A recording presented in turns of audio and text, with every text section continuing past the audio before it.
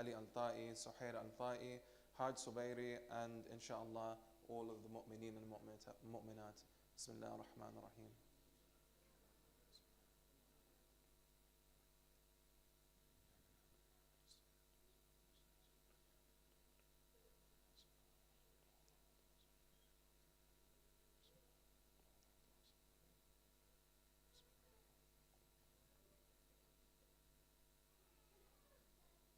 صلوا على محمد وآل محمد اللهم صل على محمد وآل محمد.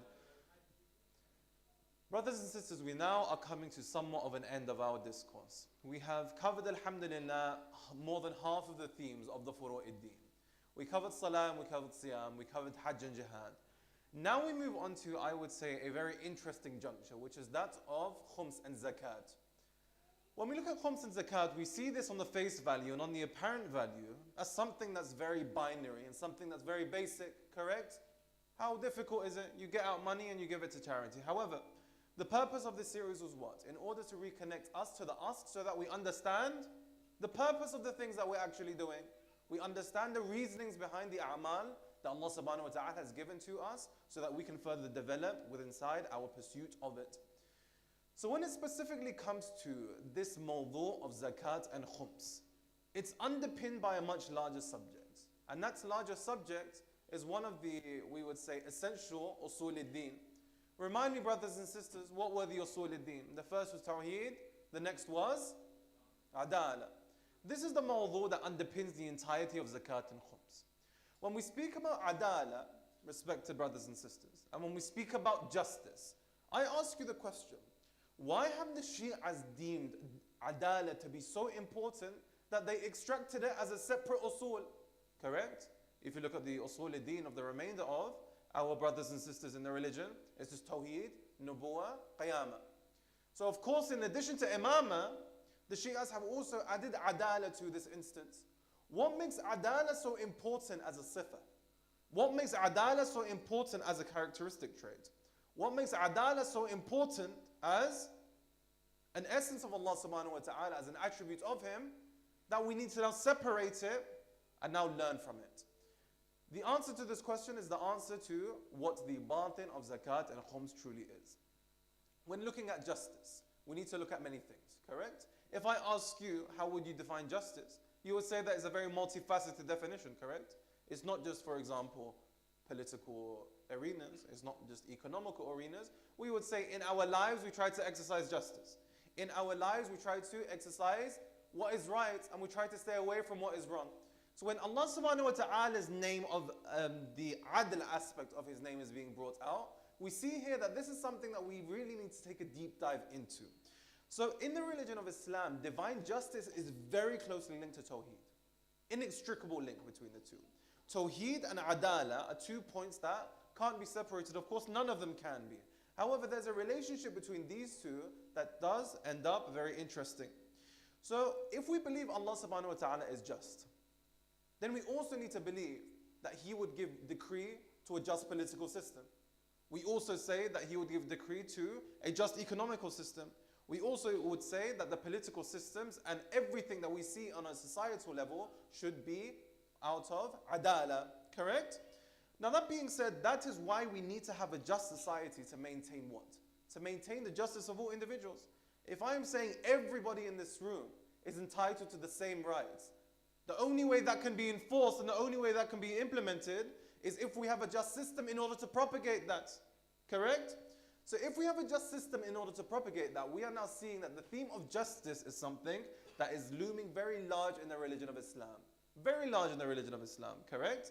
When we look at Adala, when we look at what Imam Hussein stood for, when we look at what all the Ma'sumin stood for, there was an overarching theme of justice. There was an overarching theme of Adala. We need to keep this at the forefront of our minds when we actually look upon even far'i matters such as zakat and khums. So what's the relation between justice and zakat and khums? What's the relation between divine justice and zakat and khums? In order for us to understand this, brothers and sisters, I'm going to take a bit more of a deeper dive into what divine justice entails. And once we come out of the latter end of that, we will then understand what the link is with divine justice and zakat and khums. Salawat ala Muhammad wa ali Muhammad. Allahumma salli ala Muhammad. So we have now seen that the purpose of the Anbiya and the purpose of the Ma'soom was singular.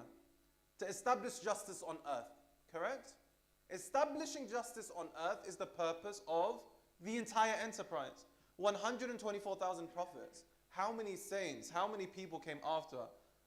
Bearing all of this in mind, we say that Islam is very much a religion of justice. However, can we truly say this, brothers and sisters? Can we truly say Islam or any religion or a God can be just?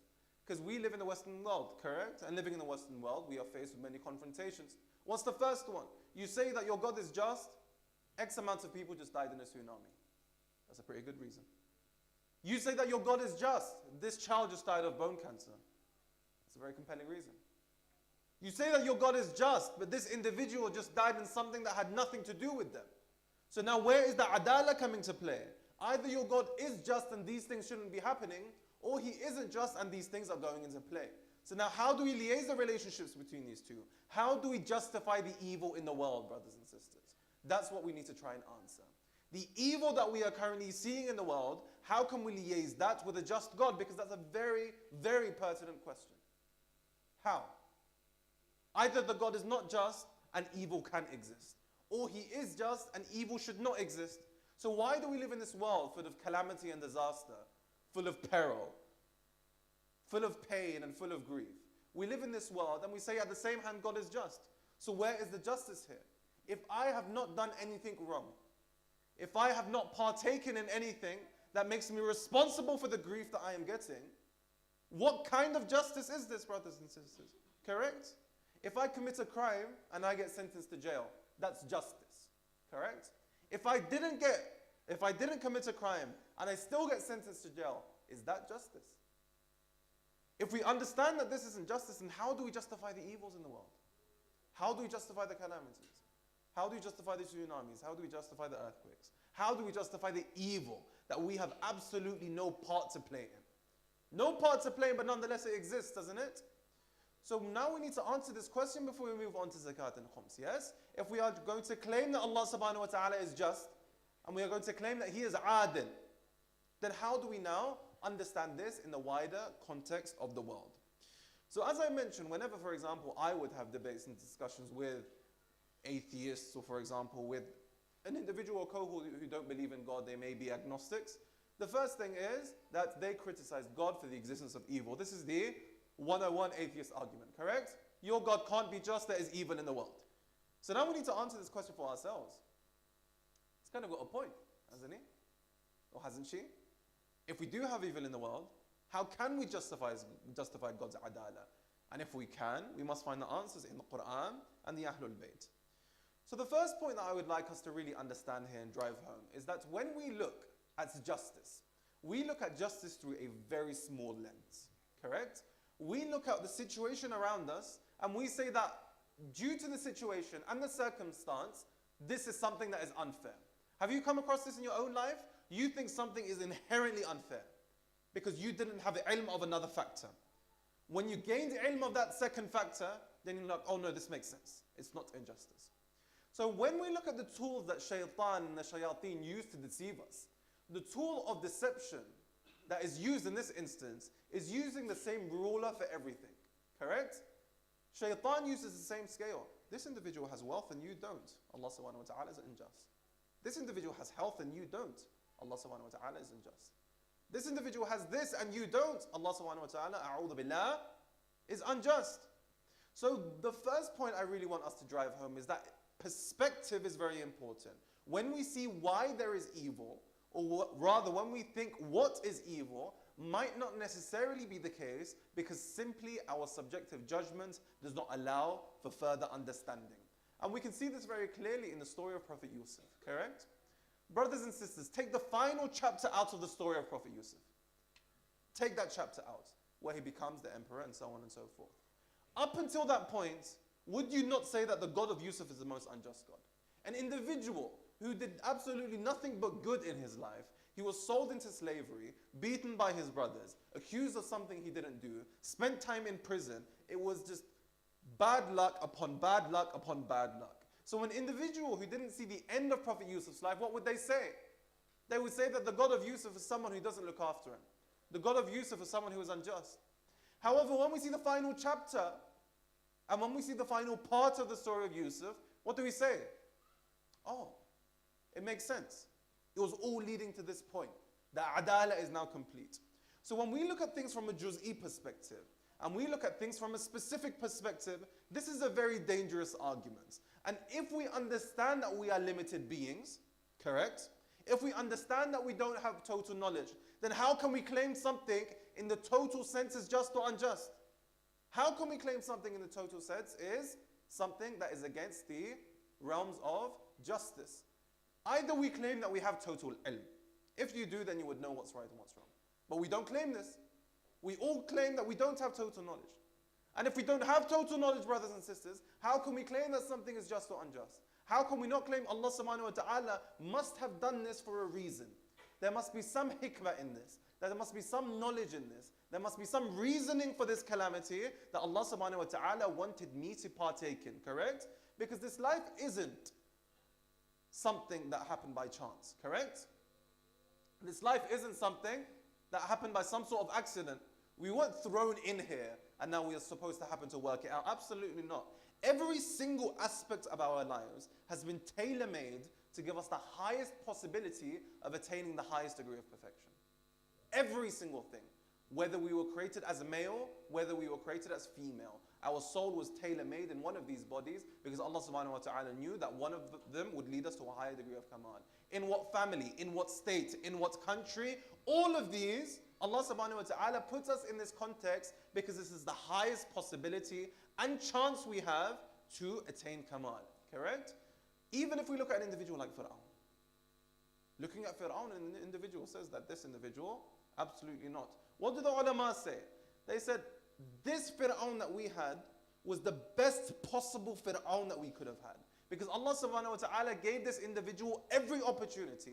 Put him in a certain family. Either he could use his wealth for good, or he could have used it for evil. Put him in a certain state and put him in a certain mind. His own nafs took him to another direction. But Allah subhanahu wa ta'ala gave him every single opportunity for him to attain the highest degree of perfections. So our lives are tailor-made, brothers and sisters. Our lives are specially designed machines to help us attain the highest degree of the truth, to help us get closer to Allah subhanahu wa ta'ala. None of this is by accident, and none of this is by chance. Everything is meticulously planned in order for us, if we choose, to attain that highest degree of kamal.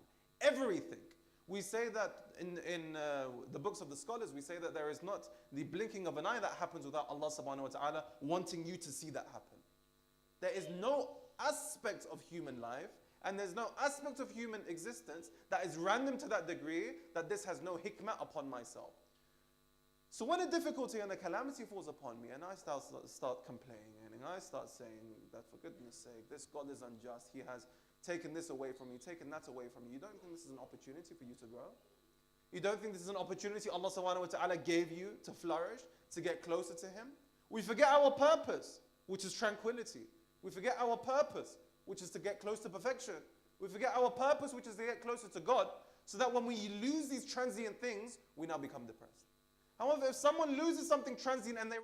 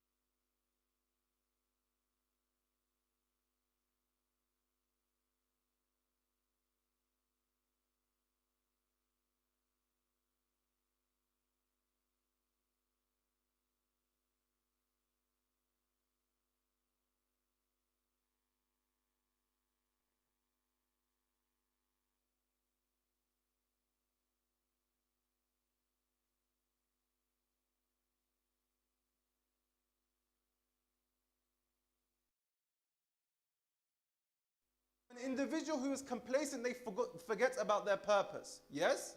An individual who is complacent, they forget about their goal.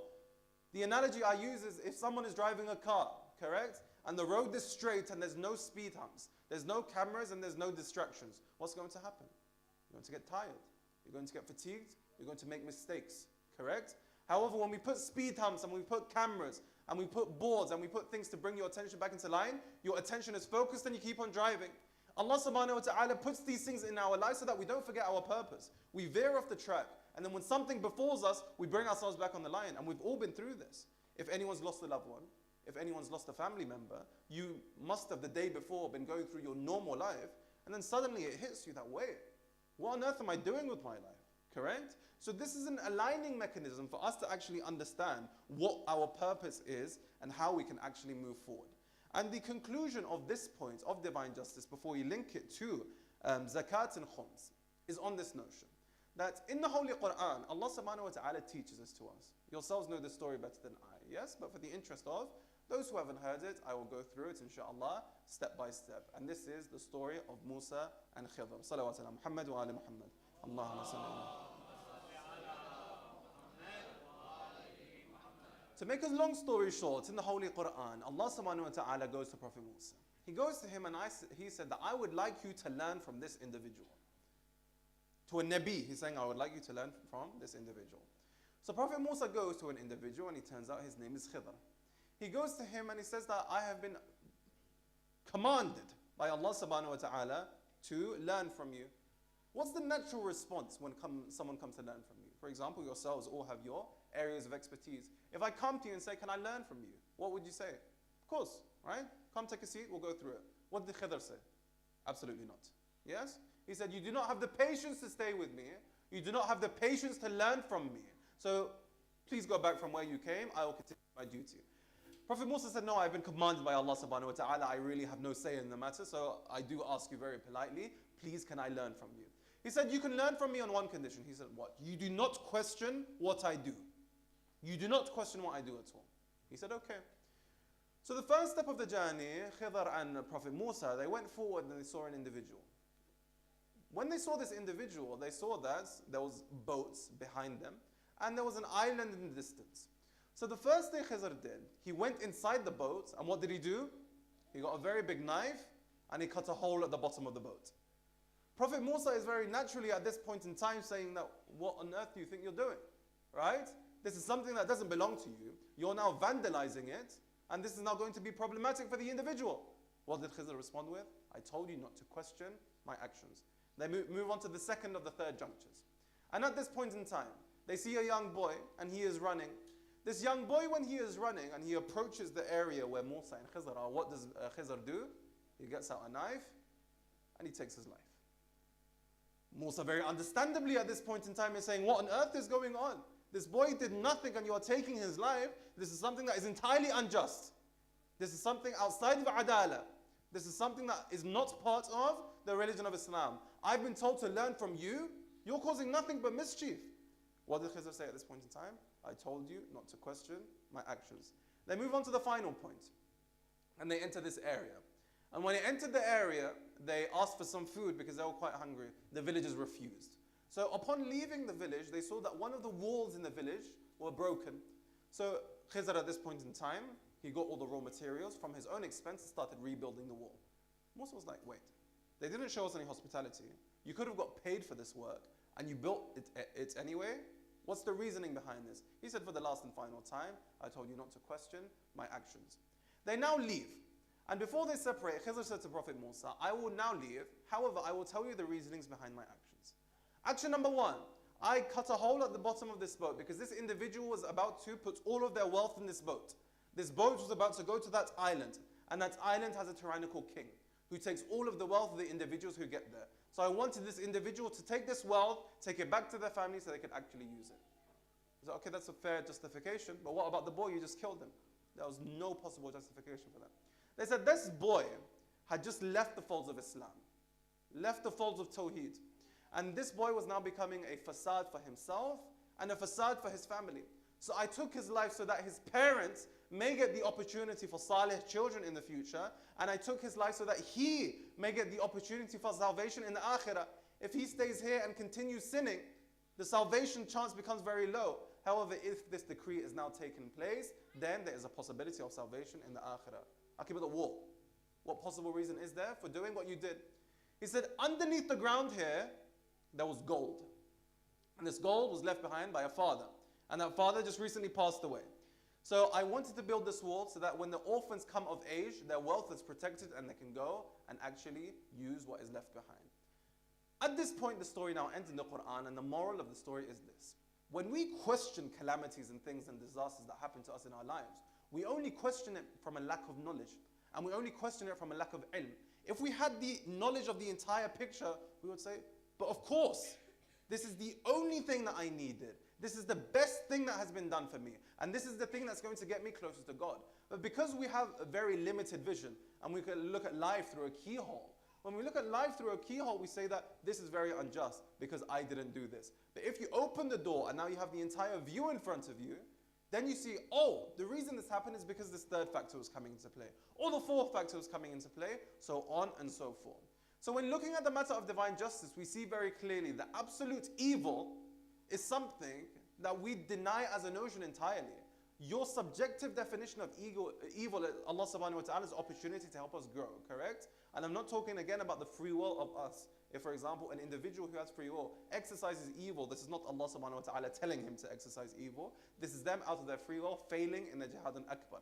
However, the circumstances out of your control around you, they're the instances I'm talking about. How do you react to the scenario rather than letting the scenario react to you? Salawat ala Muhammad wa ali Muhammad.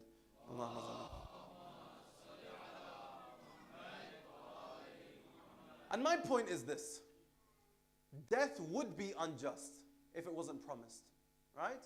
For example, how many people died in a tsunami? How many people died in an earthquake? How many people are dying here and how many people are dying there? We need to address the injustice. If an injustice is happening, for example, in Palestine right now, we don't say, oh, this is God's decree, we need to roll over and move forward. Absolutely not, right? Justice needs to be established. But I'm talking about particularly on the case of death, right?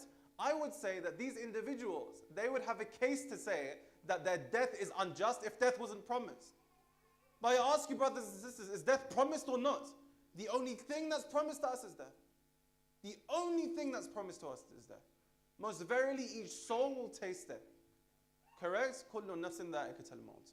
So when we say that every soul will taste death, why are we now in such a frantic haze in this point in time and in this moment where, oh, I might die this way or I might die that way? It's promised. It's guaranteed. It's going to happen. However, what my responsibility is to make sure that I'm prepared for when that time comes. As the example I used yesterday, a warrior, someone who is prepared, is an individual who doesn't wait for a certain event to happen and then they move forward. They are prepared at any moment's notice. Because we, in this journey of life, we are simply travelers, right? How many times do we hear this? We're travelers. However, do we actually take this into consideration?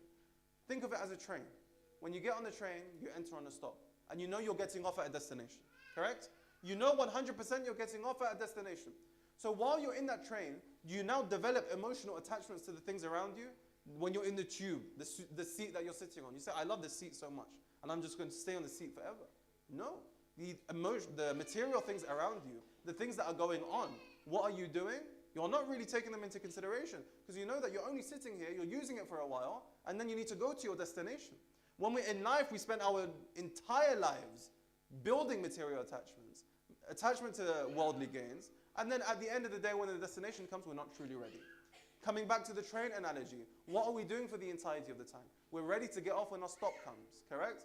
It's not that we're sitting and we're doing nothing and then all of a sudden when the stop comes we go crazy, unless you were sleeping in the tube, right? In that moment, we are prepared from the moment we sit, we know that we're going to get off at a certain point. So if we're going to sit and get off at a certain point and that getting off at the certain point is guaranteed, why do we now question the getting off or the manner of the getting off? I got off in this way, or I got off in that way, I got off in one foot, or I got off walking backwards. Why do we question the manner of getting off? The manner of getting off and the manner of death is something that is entirely irrelevant. The thing that's promised to us is that it will happen. And the reason why it will happen and the reason why it's a necessity is because, brothers and sisters, without death, there would be no purpose. Without death, there would be no goals. Without death, there would be no movement. Without death, we will be stagnant. And that's something I promise you. I promise you this. If we didn't have death, there would be no movement towards perfection whatsoever. All of us have been through examinations of some form or another, correct? Why are examinations so effective? You're given a date. At this date, you need to be ready, correct? When that date comes, then you make sure you're prepared. However, if you didn't have a date, and the teacher said if you want to study, study, if you don't, don't, are we going to be moving in any direction? Are we going to be making any serious progress? Are we going to be actually focusing our efforts? Absolutely not.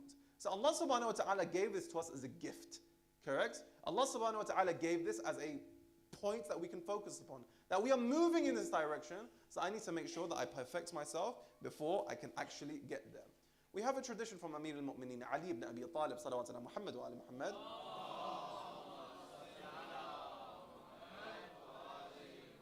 where he states that justice is placing everything in its appropriate place. The best definition I've ever heard for justice. Justice is placing everything in its appropriate place. We're not talking about equality, this ridiculous notion of justice, correct? That equality is the correct notion for justice. You have not spent 7 minutes in serious thought in your entire life, if that's the conclusion that you come to.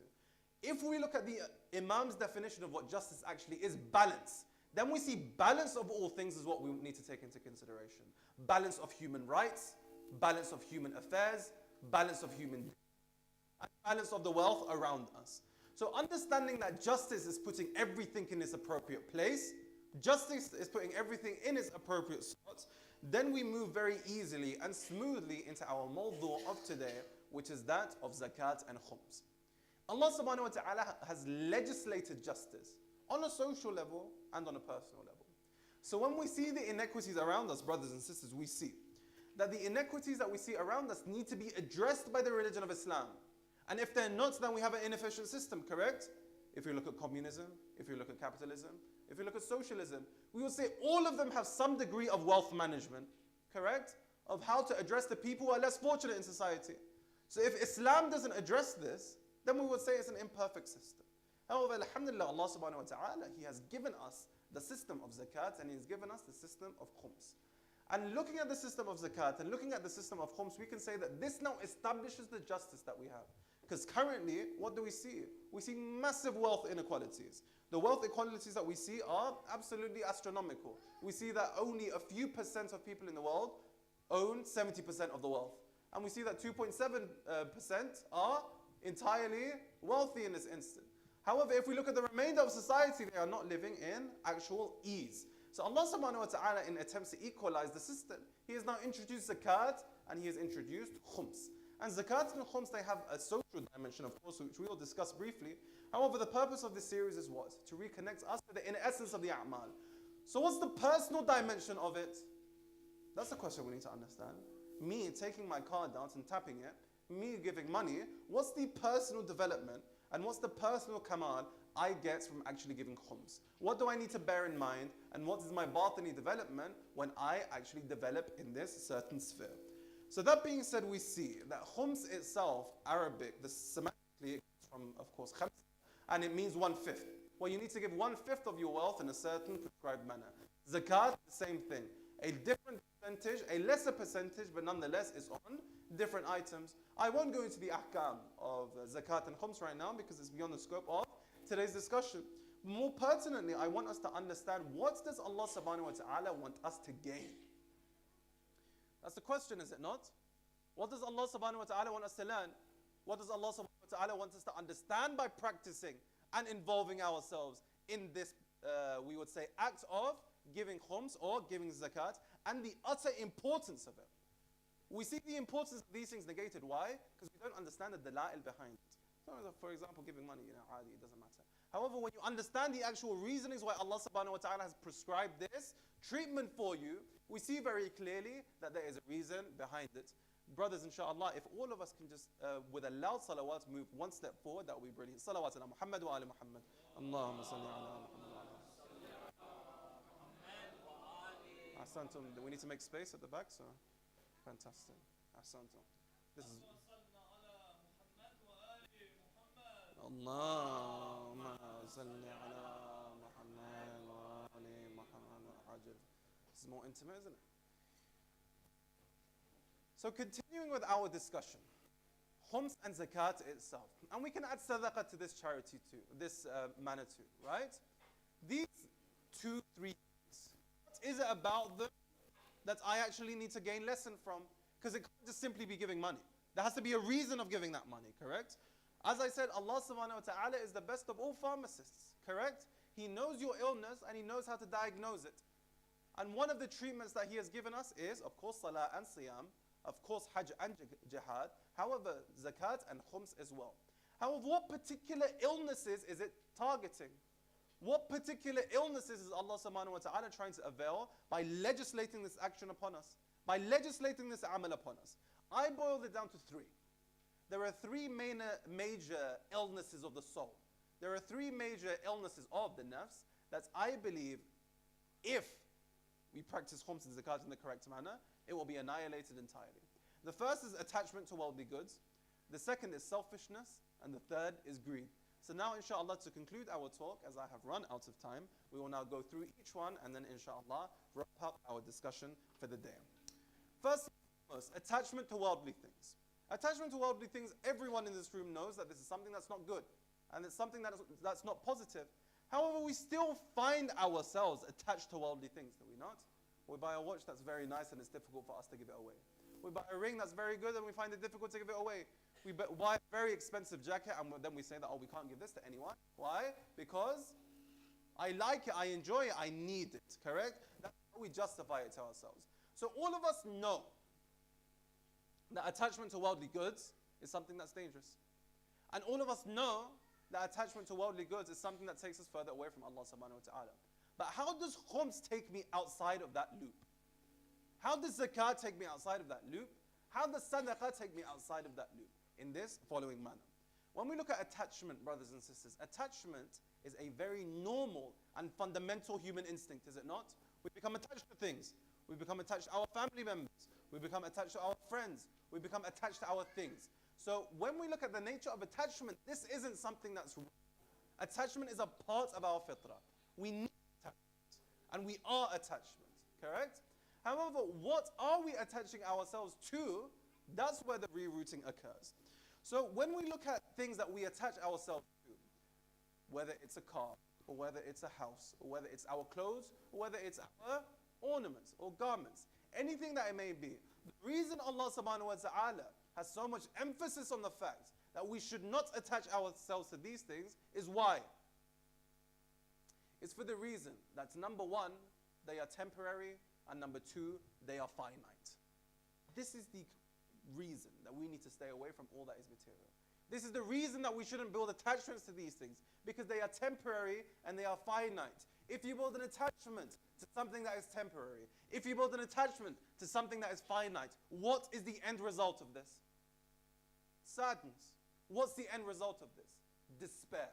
So the reason we feel this despair on a daily basis, brothers and sisters, is because we have attached ourselves to things that are temporary and finite. We have attached ourselves to things that doesn't have sustainability. Correct? For example, if someone has a pet and you're incredibly attached to that pet, correct? Incredibly attached to it. Cats, definitely not dogs, inshallah. Goldfishes, so on and so forth. You're attached to these things. After the cat passes away or after the fish passes away, what happens? There's a real sense of grief. Grief in its correct context is fine. However, despair coming out of attachment to material things, this is something that is entirely nonsensical. None of us want to feel despair, right? None of us here are saying, yeah, actually, despair is for me. And the only solution is Allah subhanahu wa ta'ala has given us the prescription that taking ourselves away from attachment to the temporary, taking ourselves away from the attachment to the finite is something that's going to give you sustainable truth and sustainable happiness, so to speak. And happiness, as we know, is not something that we desire. And happiness is something that we actually try to superficially create. So the imaginary happiness that materialism tries to drive into is what actually drives us into misery, right?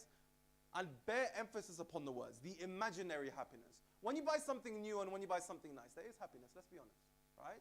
However, we need to understand that this happiness is imaginary and this happiness is temporary. Why? Because the thing that we have attached this happiness to is logic, right? It's common sense. If you attach yourself to something that is temporary, and if you attach yourself to something that is finite, is there sustainability within inside this? No. So if we understand that there's no sustainability within inside this, why do we keep on falling within inside these circles and wonder why we don't feel great? And wonder why we don't feel satisfied? And wonder why we don't feel closer to Allah subhanahu wa ta'ala when we are steeped within the temporary and the finite? Allah subhanahu wa ta'ala is saying that attachment is fine. Attachment is great. However, logically, would you want to attach yourself to something that is temporary or finite, or infinite and eternal? What's more sustainable? As a business decision, brothers and sisters, do you want to attach yourself to something that is temporary or finite? Or eternal, that never ends, infinite? Which one would we actually go for? There is not an individual in this room who would not choose the latter. There is not an individual in this room who wouldn't. So now that we can logically rationalize why we need to stay away from all that is material and the attachments that we have, we can see the ahadith and the riwayat, for example, from Amir al-Mu'mineen Ali ibn Abi Talib, salawat ala Muhammad wa ala Muhammad,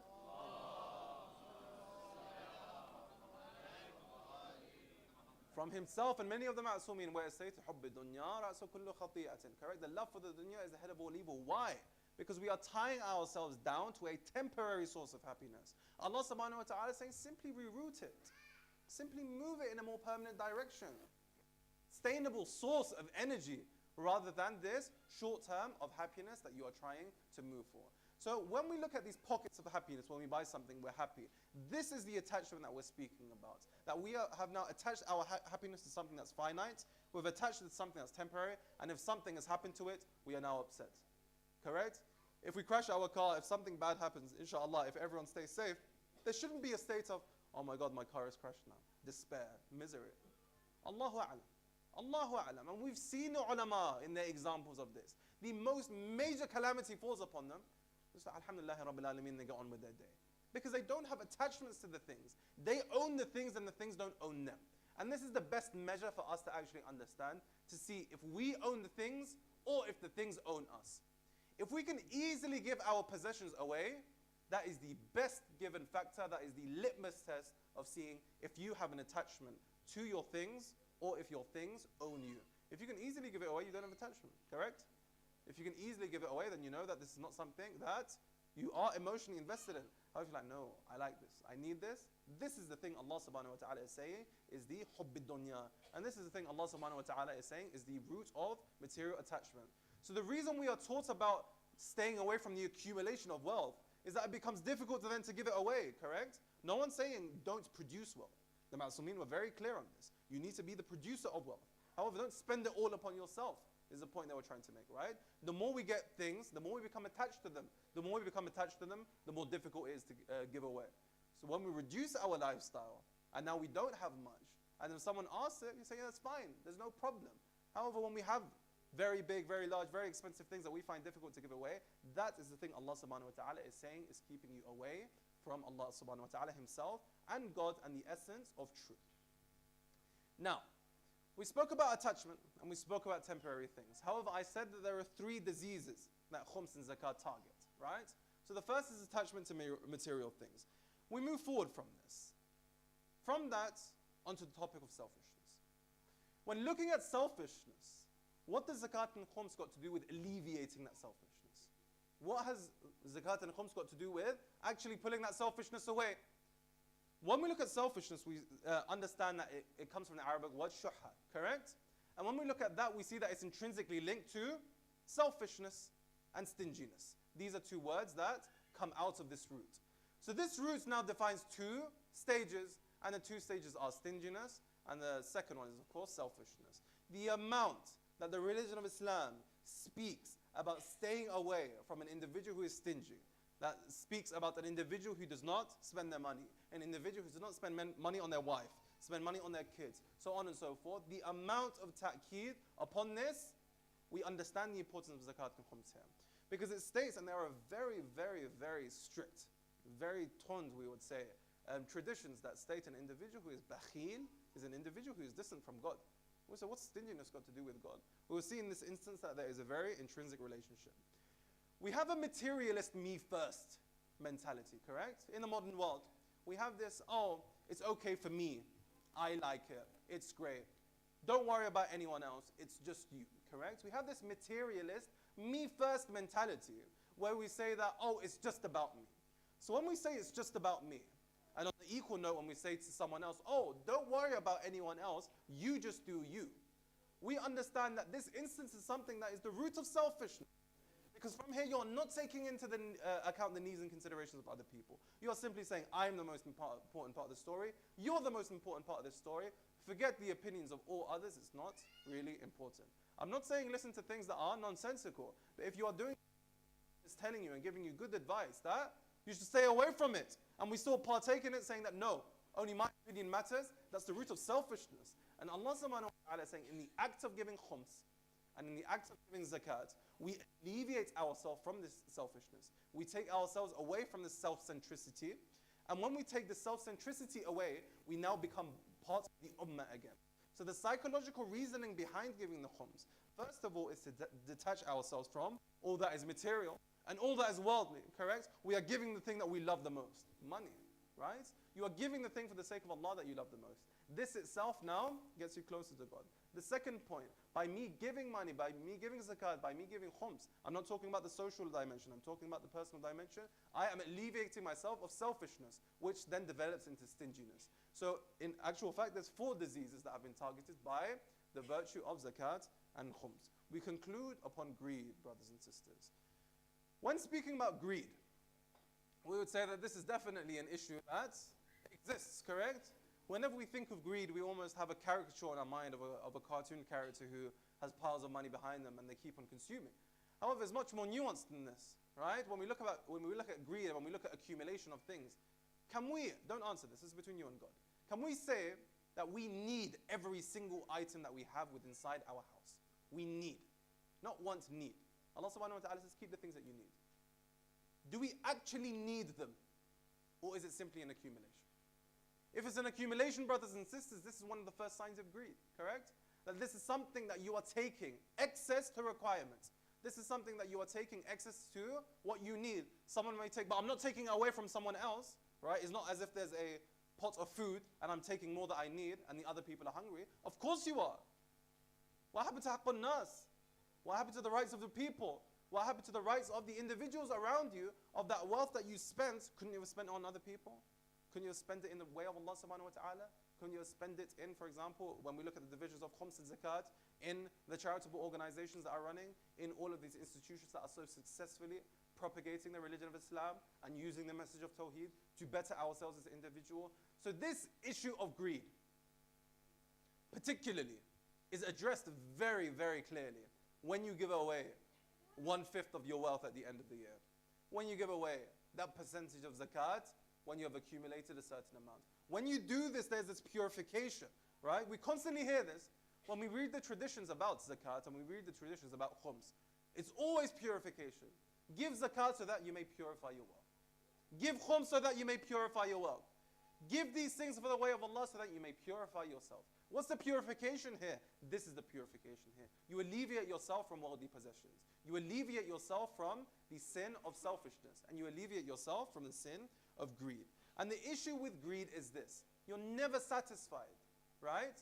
The disease of greed is this. You can never be satisfied. When in the Quran, Allah subhanahu wa ta'ala is referring to the highest state of the nafs as nafs al-mutma'inna. An individual who has greed, will they ever be satisfied? Will they ever be satisfied? It's impossible, correct? So Allah subhanahu wa ta'ala is doing this for your own salvation. He's saying that you will, if you have this characteristic trait, even if I gave you all of the wealth of Sulaiman, if I gave you all of the wealth of everyone in the world, you would still want more. You have this illness in your heart. So Allah is saying for your own salvation, I am saying that this characteristic trait of greed needs to be taken out. And when it's taken out, we can then see that this is the thing that was driving us into despair. And this is why we have this distinction between Jannah and Jahannam. We are not going to speak about Jannah and Jahannam and what concepts they actually entail. It's far more complicated and complex than a place with trees and milk and honey and a place with fire and cauldrons, right? However, if we look at why an individual is assigned to heaven and why an individual is assigned to hell, we come back to the former point of justice. If Allah was just, He would put everyone in heaven. That's a good question, no? If Allah was just, everyone would get sent to heaven directly. That's justice, no? First of all, it refutes our definition of justice as putting everything in its right place. However, I am saying that this is not justice for this reason. An individual who has greed in their heart, let me give you the analogy. An individual who has greed in their heart, if everyone in this room is now given a ticket and saying that you were invited to this hotel for a 3-course meal, all of us, right? We're all invited. If everyone is now given a ticket, and there is one individual next to me, and they are also given a ticket, and they are also going to the same place, however, they have greed within inside their heart, they have envy within inside their heart. When they go to the place, are they going to be happy? When they go to the place, are they going to be mutma'in? Even though they're getting all of the bounties, and even though they're getting all of the ni'amat, are they going to be satisfied? They're going to go there and say, fine, I got it, but why did he get it? Fine, I got it, but why are they invited to it? Fine, I got it, but why is everyone part of the process? So if an individual like this is put in Jannah with all of the bounties that he has in front of him, is this individual actually going to be living in heaven, or are they actually going to be living in hell? So it's not that Allah subhanahu wa ta'ala has banished us for hell. And it's not that Allah subhanahu wa ta'ala is telling us to stay there. He's saying that you are not competent in order to perceive the ni'amat, that even if you were sent to Jannah, this would be something that is very alien to you. So the whole point of tazkiyatun nafs, and the whole point of purification of the soul, is that when Allah subhanahu wa ta'ala places us somewhere, we can actually dark, we can actually interpret, we can actually understand, we can actually appreciate the bounties that are being given to us. And the only thing that's stopping us from this is the veil of sin. That includes envy, that includes greed, that includes selfishness, that includes the attachment to material goods. So we conclude on this tradition by Amir al-Mu'minin Ali ibn Abi Talib, salawatu ala Muhammad wa ala Muhammad,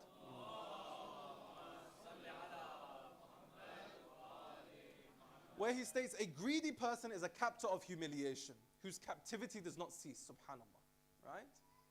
A greedy person is a captor of humiliation, whose captivity does not cease. It's just endless, right? It's a perpetual cycle, because quite inverse to the attachment to material goods that are finite and temporary.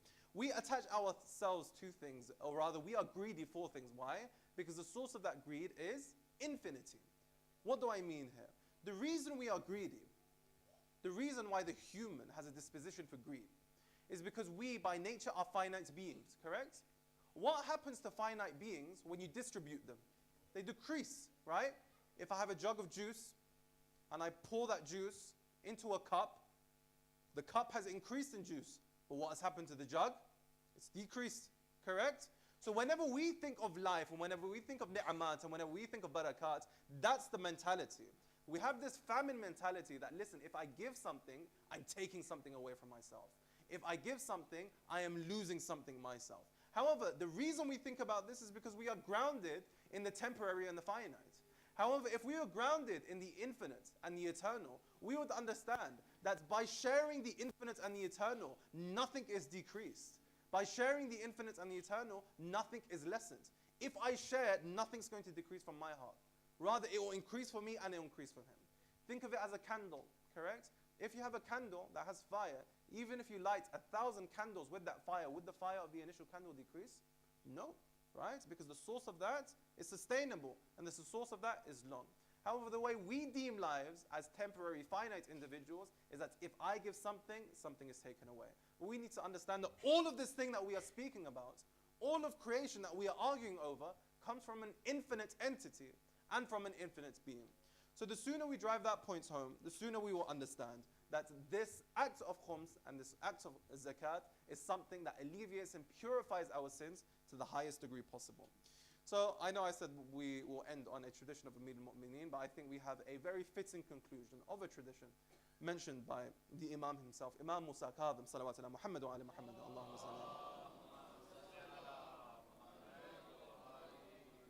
Where he addresses khums and zakat directly. I finish on this note. He addresses the points of khums and zakat directly, where he states, none shall be unable to undertake this obligation except those whose hearts have been tested for faith. No one. So the individual who does not participate in khums, and the individual who does not participate in zakat, the individuals who do not partake in this, we see the Imam himself saying that you will not be able to partake in it. You do not have the capability or propensity to partake in it until you have been tested, right? Your hearts need to be tested.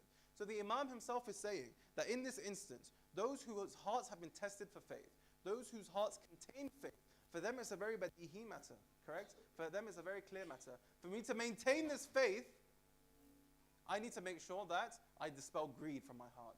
To maintain this faith, I need to make sure that I dispel selfishness from my heart. To maintain this faith, I need to make sure I dispel all notions of material attachment. And then he continues and concludes on this point where the Ma'asum states that khums is the key to your sustenance and the purification of your sins. The same point is being made here. This aspect of purification is directly pointing out the different elements of our nafs. When we look at the book Gunah Kabira, right, the greatest sins, we see the different illnesses of the soul, and that's how we need to address it. These different illnesses that we have them within inside us. If we have a normal illness, we go to the pharmacist and they prescribe us a separate medicine for each illness, correct? It's the same with Allah subhanahu wa ta'ala. We have many illnesses, maybe greed, maybe shirk, maybe whatever. However, Allah subhanahu wa ta'ala has also in His hikmah, where there is a disease, we have a tradition, there is a treatment for it. So if there is a disease of attachment to material things, selfishness or greed, from here we understand Allah subhanahu wa ta'ala has given us the cure for this in zakat and in khums. May Allah subhanahu wa ta'ala inshallah grant us all the tawfiq to pay our zakat and our khums in the way of Allah subhanahu wa ta'ala. May Allah subhanahu wa ta'ala inshallah grant us the tawfiq to be of the sarbaz of Imam Sahib al-Asr wa zaman when the time may come. And may Allah subhanahu wa ta'ala inshallah grant us the tawfiq to succeed in our ultimate endeavor, which is jihad al-akbar. Inshallah tomorrow we will continue with our series on tawalla and tabarra, and the day after we will conclude our series on amr bil ma'ruf and nahy anil munkar. Wa akhir da'wana walhamdulillahi rabbil alamin. Salawat ala Muhammad wa ali at-tahirin.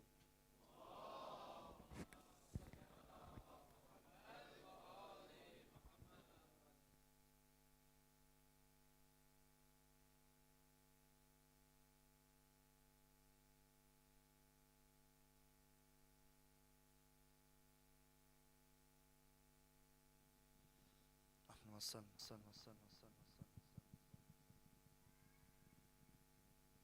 على محمد وآل محمد.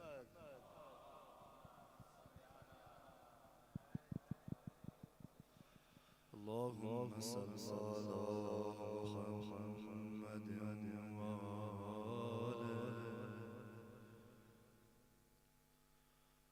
محمد.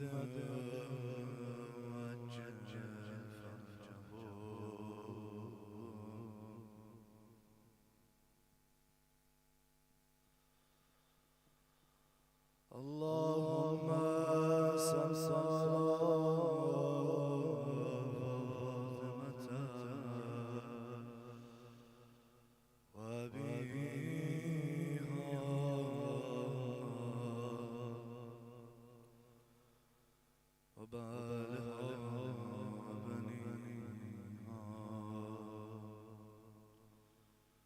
وسر المستودع فيها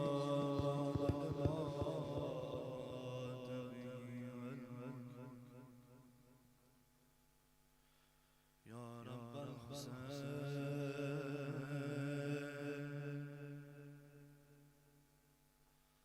بحق الحسين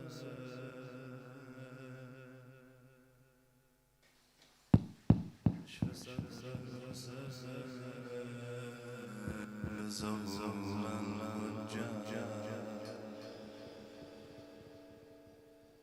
يا رب الرجال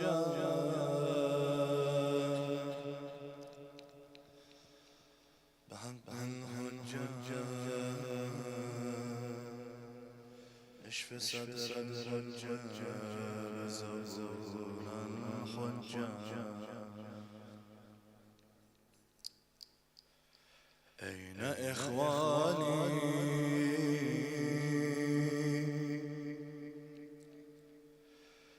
أين إخواني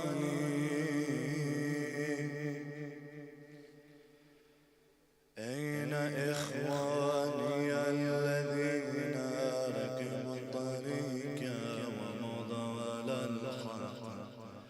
أمير المؤمنين النهج البلاغة in the sermon 182 of the Peak of Eloquence, Naf bin Kalali narrates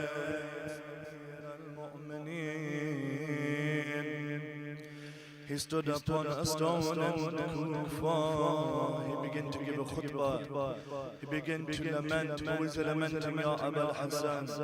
He began to lament about his companions, about whom he has lost. He began to cry out, Ayna ikhwani, Ayna ikhwani, Ayna ikhwani alladhina rakibu tariqa wa madala al-khalq. Ayna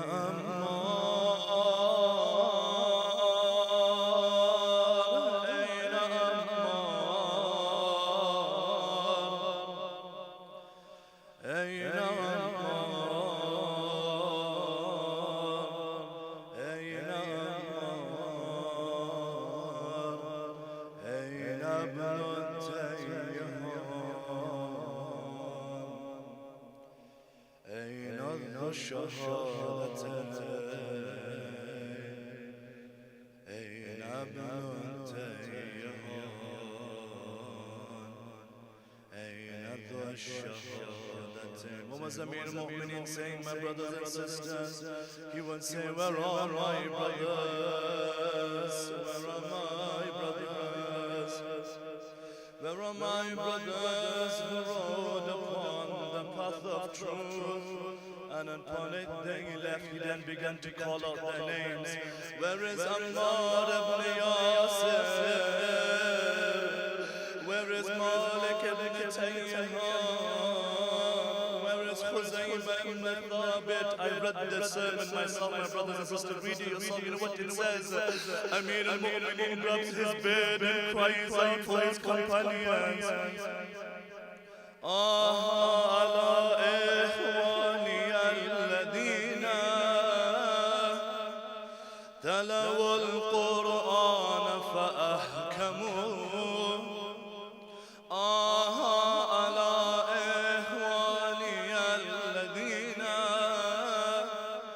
تلوا القرآن فأحكموا على إخواني الذين وتدبروا الفرد فأقاموا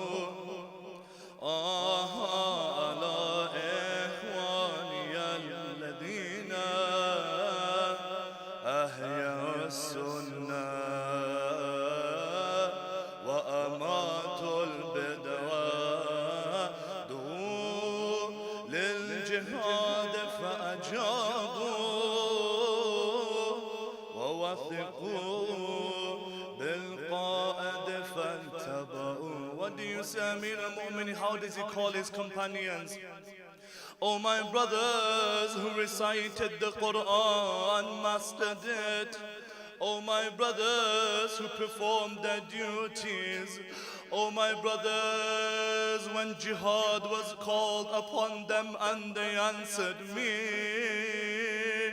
Oh, my brothers who called me their master and answered me. Oh, what ghurba you went through, Amir al-Mu'mineen. What loneliness did your master go through, my dear brothers and sisters. Today is the 21st of Ramadan. Look at the ghurba of Amir al-Mu'mineen. He has lost Biqdad, he has lost Salman, he has lost Habib. One by one, his companions killed, exiled for the love of Amir al-Mu'mineen. But there is one name he keeps calling out in the night towards his martyrdom. Zahra, ya Zahra, Ya Fatima to Zahra. Oh, my beloved Fatima, oh, my beloved wife. He calls her name upon his deathbed. Today, Amir al-Mu'mineen is on his deathbed. He is surely remembering Fatima on her deathbed. How Amir al-Mu'mineen buried Fatima in the loneliness of the night. how Hassan and Hussein cried upon the body of their mother Fatima. Tonight is the night. Hassan is by his father, Hussein is by his father, Zainab, Kulthum are by their father. They are crying and lamenting. Look at Amir al-Mu'mineen. The city of Kufa is worried. You know who is worried after the Ahlul Bayt? The orphans are worried about Abul Hassan. Narrations say the orphans asked, what can we do to help Amir al-Mu'mineen? They said nothing can help but perhaps some milk. Narration state a line of orphans stood outside the house of Murtada with milk. Again they lose their father. Tonight we lose our father, dear brothers and sisters. Tonight come to the household of Murtada. Amir al-Mu'mineen is on his deathbed. The Ahlul Bayt surround him. The time comes nearer and nearer. The heavens are calling Amir al-Mu'mineen. Rasulullah is calling Amir al-Mu'mineen. Fatima says, Ali, return home, return home. But there is one thing left. Ali, say your last words to our children. Say your last words to my orphans. They say, Amir al-Mu'mineen said to his children, all my children, please leave besides the children of Fatima to Zahra. Abu Fadl, he was there. They say Abu Fadl, he was upset. He was disappointed that he could not stay with his father. He got up and began to leave the room. Abul Hassan says, Ya Abbas, where are you going? You are amongst the children of Fatima. Ajib, Ajib. He was not born from Fatima. He was from al-Baneen. But he is a gift from Fatima to Amir al-Mu'mineen. Not only Abul Hassan, to who else? Listen to what Amir al-Mu'mineen does next.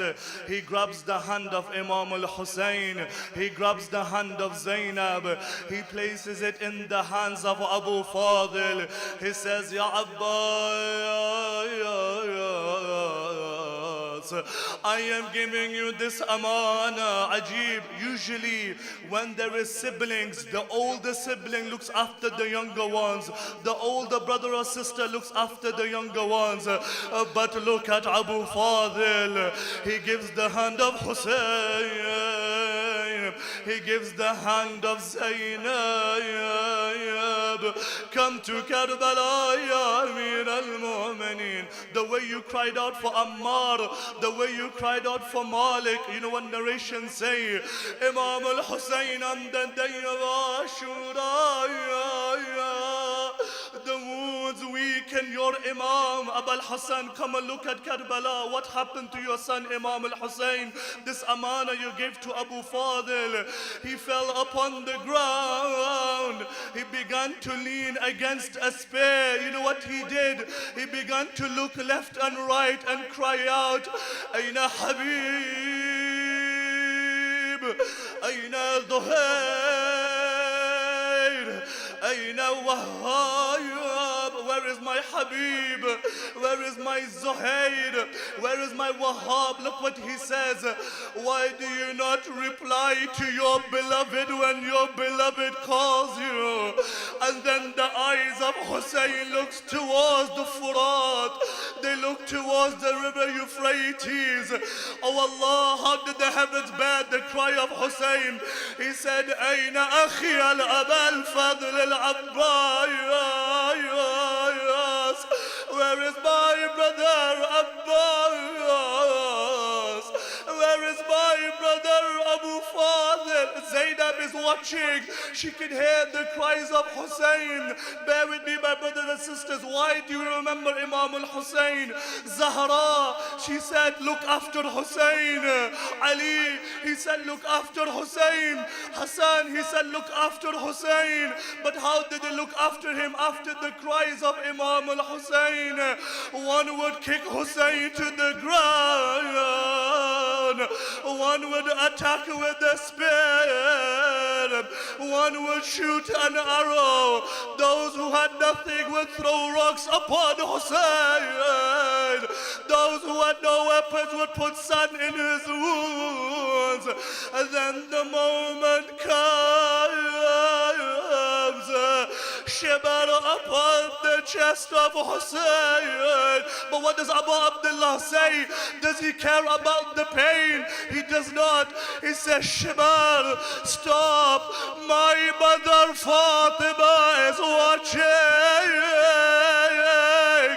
Bunayya,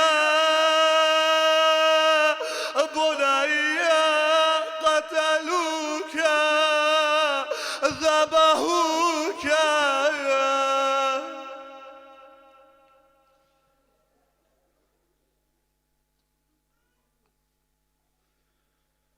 Sallallahu alayka ya Mawla.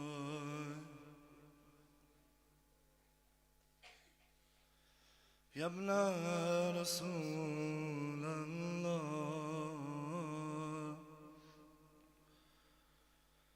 Sallallahu alayka ya Mawla. Ya Abu Abdullah. Matim Hussein. Ya Hussein. Ya Hussein, Ya Hussein, Ya Hussein. Let us come forward, form two lines for the martyrdom, inshallah, with the loudest of your voices. Do not be shy. Tonight is the eve of martyrdom. Soon we will break open our fast. But imagine the household of Ali tonight with your voices. Ya Hussein, Ya Hussein. Sare aake bolo, sare milke bolo. Ya Hussein. And Ya Hussein, Ya Hussein, Ya Hussein, Ya Hussein. Ya Hussein, Ya Hussein, Ya Hussein, Ya Hussein, Hussein, Ya Hussein, Hussein, Ya Hussein, Ya Hussein.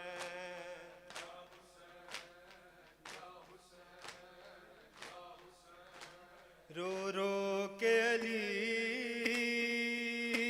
کیوں لیتے ہیں زینب کا نام مصلی پر رو رو کے علی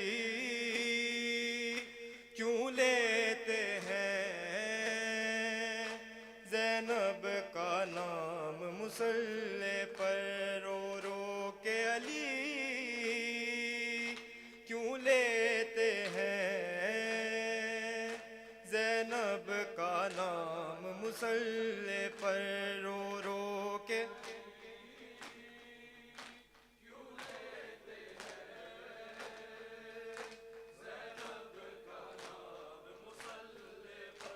رو رو کے علی کیوں لیتے ہیں زینب کا نام مصلی پر رو رو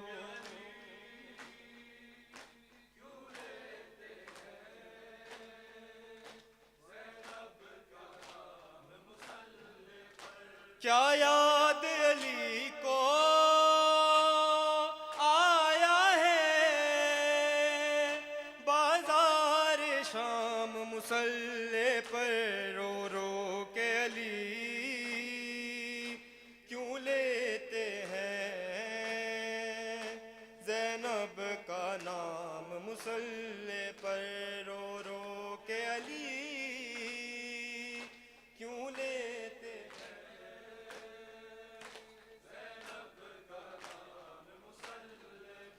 کیا یاد علی کو آیا ہے بازار شام مصلی پر رو رو کے علی کیوں لیتے ہیں زینب کا نام مصلی پر رو رو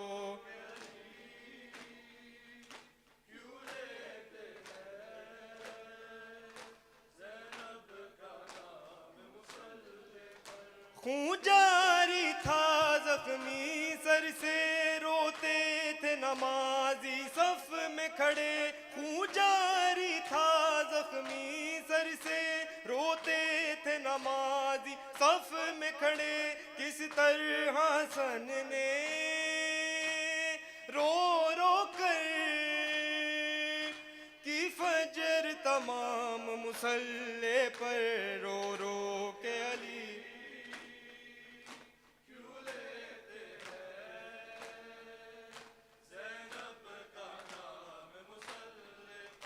رو رو کے علی کیوں لیتے ہیں زینب کا خون جاری تھا زخمی سر سے روتے تھے نمازی صف میں کھڑے خون جاری تھا زخمی سر سے روتے تھے نمازی صف میں کھڑے کس طرح حسن نے رو رو کر کی فجر تمام مصلی پر رو رو کے علی کیوں لے زینب کا نام مصلی پر رو رو کے علی کیوں لیتے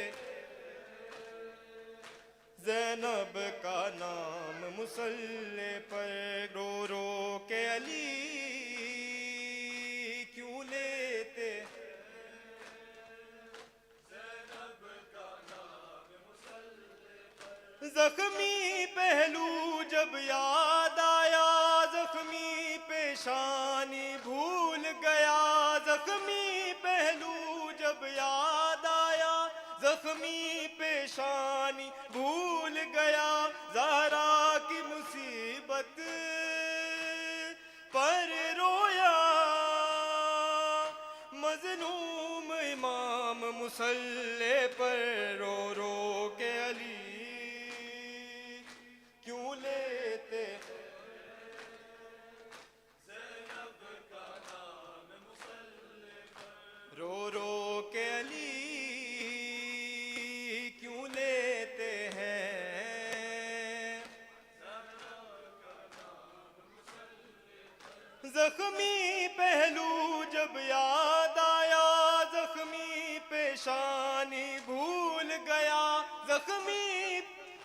زخمی پہلو جب یاد آیا زخمی پیشانی بھول گیا زہرا کی مصیبت پر رویا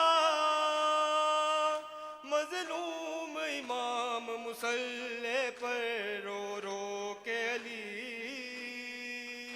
کیوں لیتے ہیں زینب کا نام مصلی پر رو رو کے علی کیوں لیتے ہیں زینب کا نام مصلی پر کیا یاد علی کو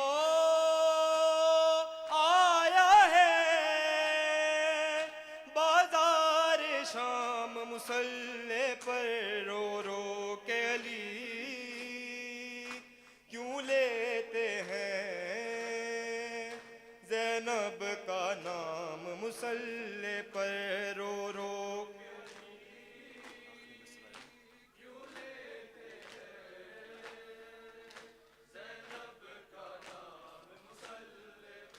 دیوار کعبہ بیٹھ گئی الحمد لہو میں ڈوب گئی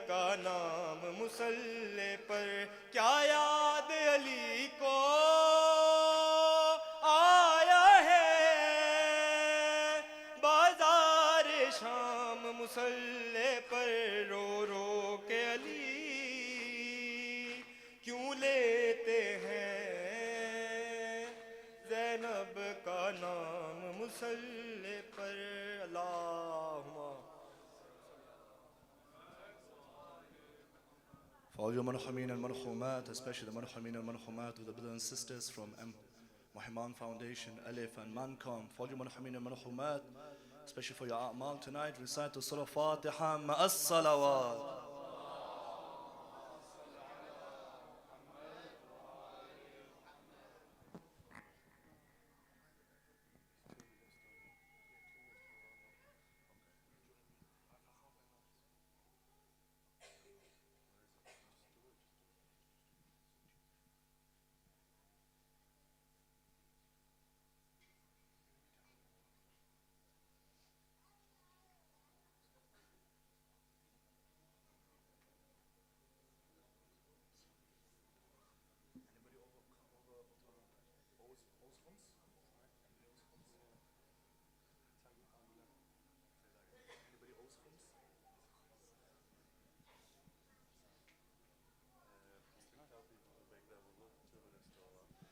There is 1 or 2 minutes till Adhan. Please, those who do not have wudu, please proceed to do so. And inshallah, the rest of you get ready for salah, inshallah.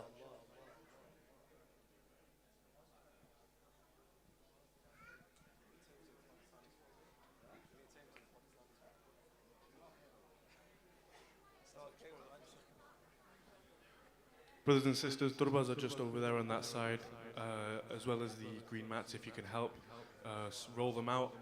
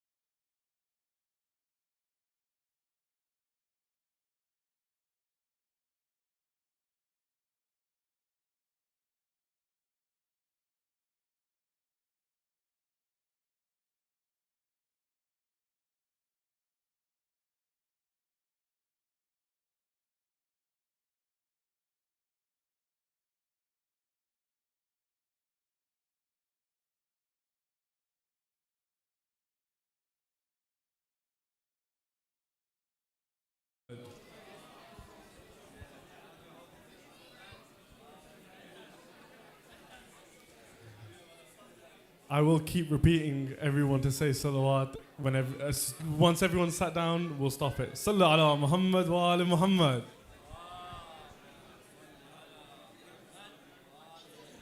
Brothers at the refreshment table and in the middle of the room, please do seat yourselves. We will be resuming the program now. So, inshallah, I'd like to start things off.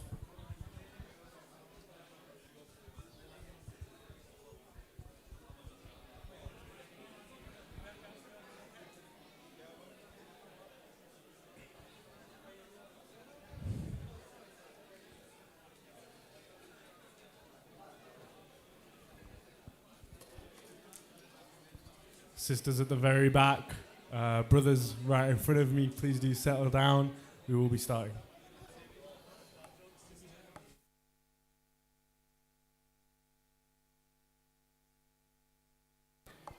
Sallu ala Muhammad wa ali Muhammad.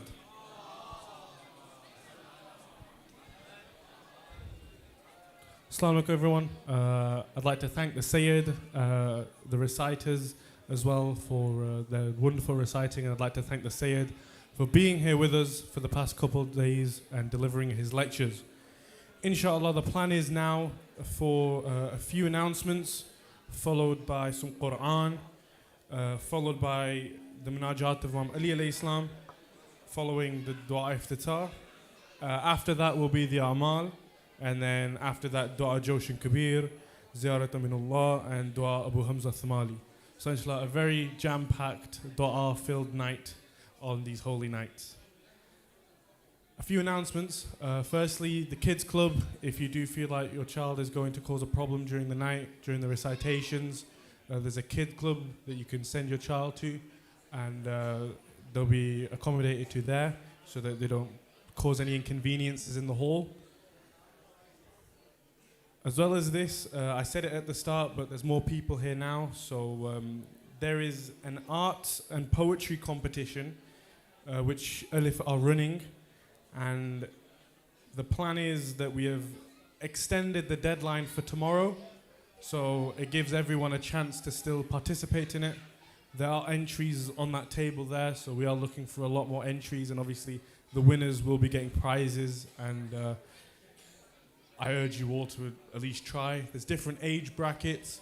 There's also a poster about it on the PowerPoint, which I don't think I can get up, but it's all there.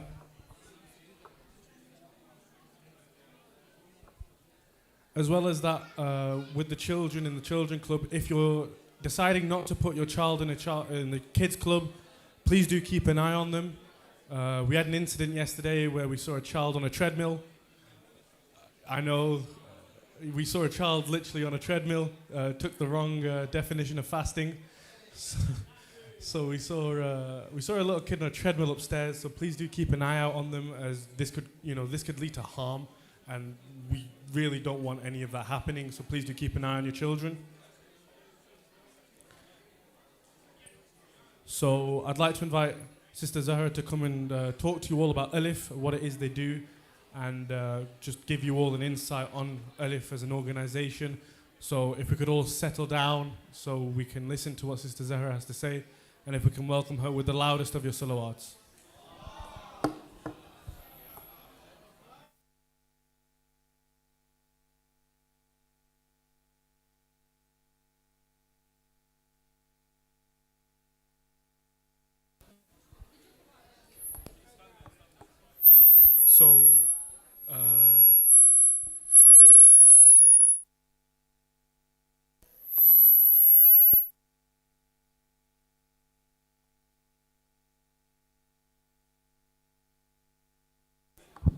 So just before I do invite Sister Zahra, just got a few things to say about ELIF from my own perspective. Alhamdulillah, I've been blessed to be able to attend some of the ELIF events, so the social Saturdays that they do, where I've had the privilege of listening to Salawat. Sisters at the back. Hello? Sisters at the back, thank you. And brothers, this young brother is trying to speak to you and no one is listening. So could you do another salawat and Please give him some respect and listen to him. Thank you. Salawat.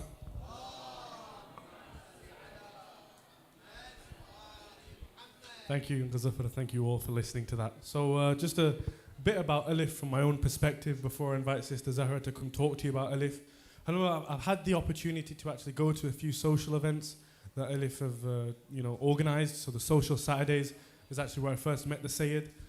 He delivered talks, teen talks. I've recognised a good few brothers that have also attended these talks.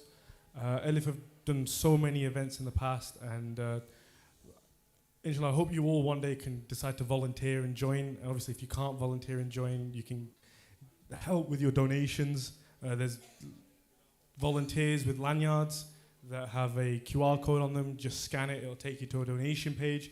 There'll be a QR code up there which will take you to a donation page and will allow you to donate.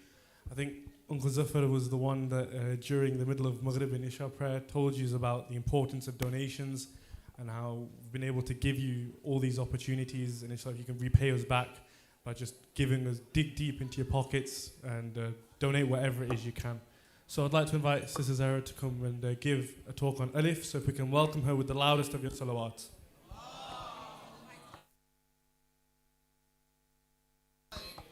And if the sister volunteers at the back can just dim the lights, and thank you very much. Salawat.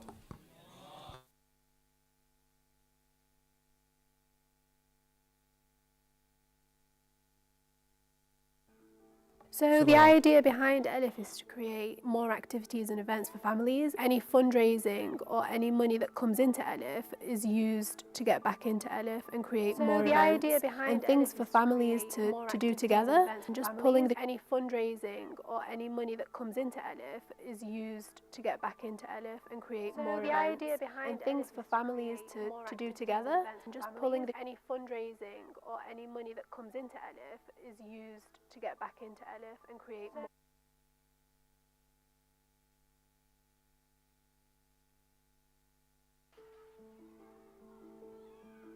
So the idea behind ELIF is to create more activities and events for families. Any fundraising or any money that comes into ELIF is used to get back into ELIF and create more events and things for families to do together, and just pulling the community together, even if it's from different backgrounds.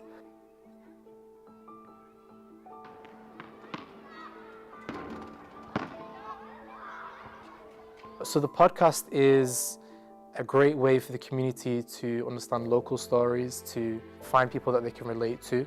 It's a great way to share knowledge, to share experience. We've been talking about education, talking about spirituality, community needs, diverse stories, any stories that we feel can benefit the community. What ELIF seeks to do is to fill the gaps and create cool, innovative events with an Islamic twist that are fun and accessible for all ages throughout the year. If you live in Manchester or you're up north and you're really interested in cool Islamic events that are really fun, family orientated, but also for adults as well, then we really would love to hear from you.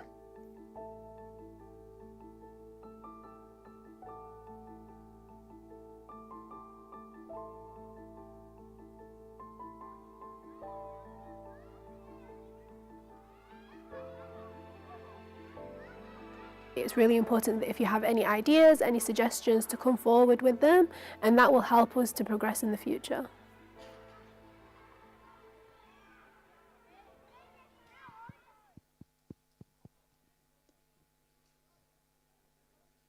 صل على محمد وآل محمد.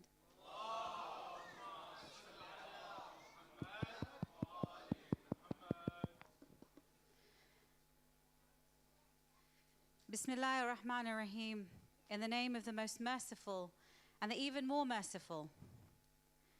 Imagine you are a 14-year-old boy struggling to find your identity as a Muslim, as a Shia, feeling lost without any Muslim friends to guide you through your teenage years.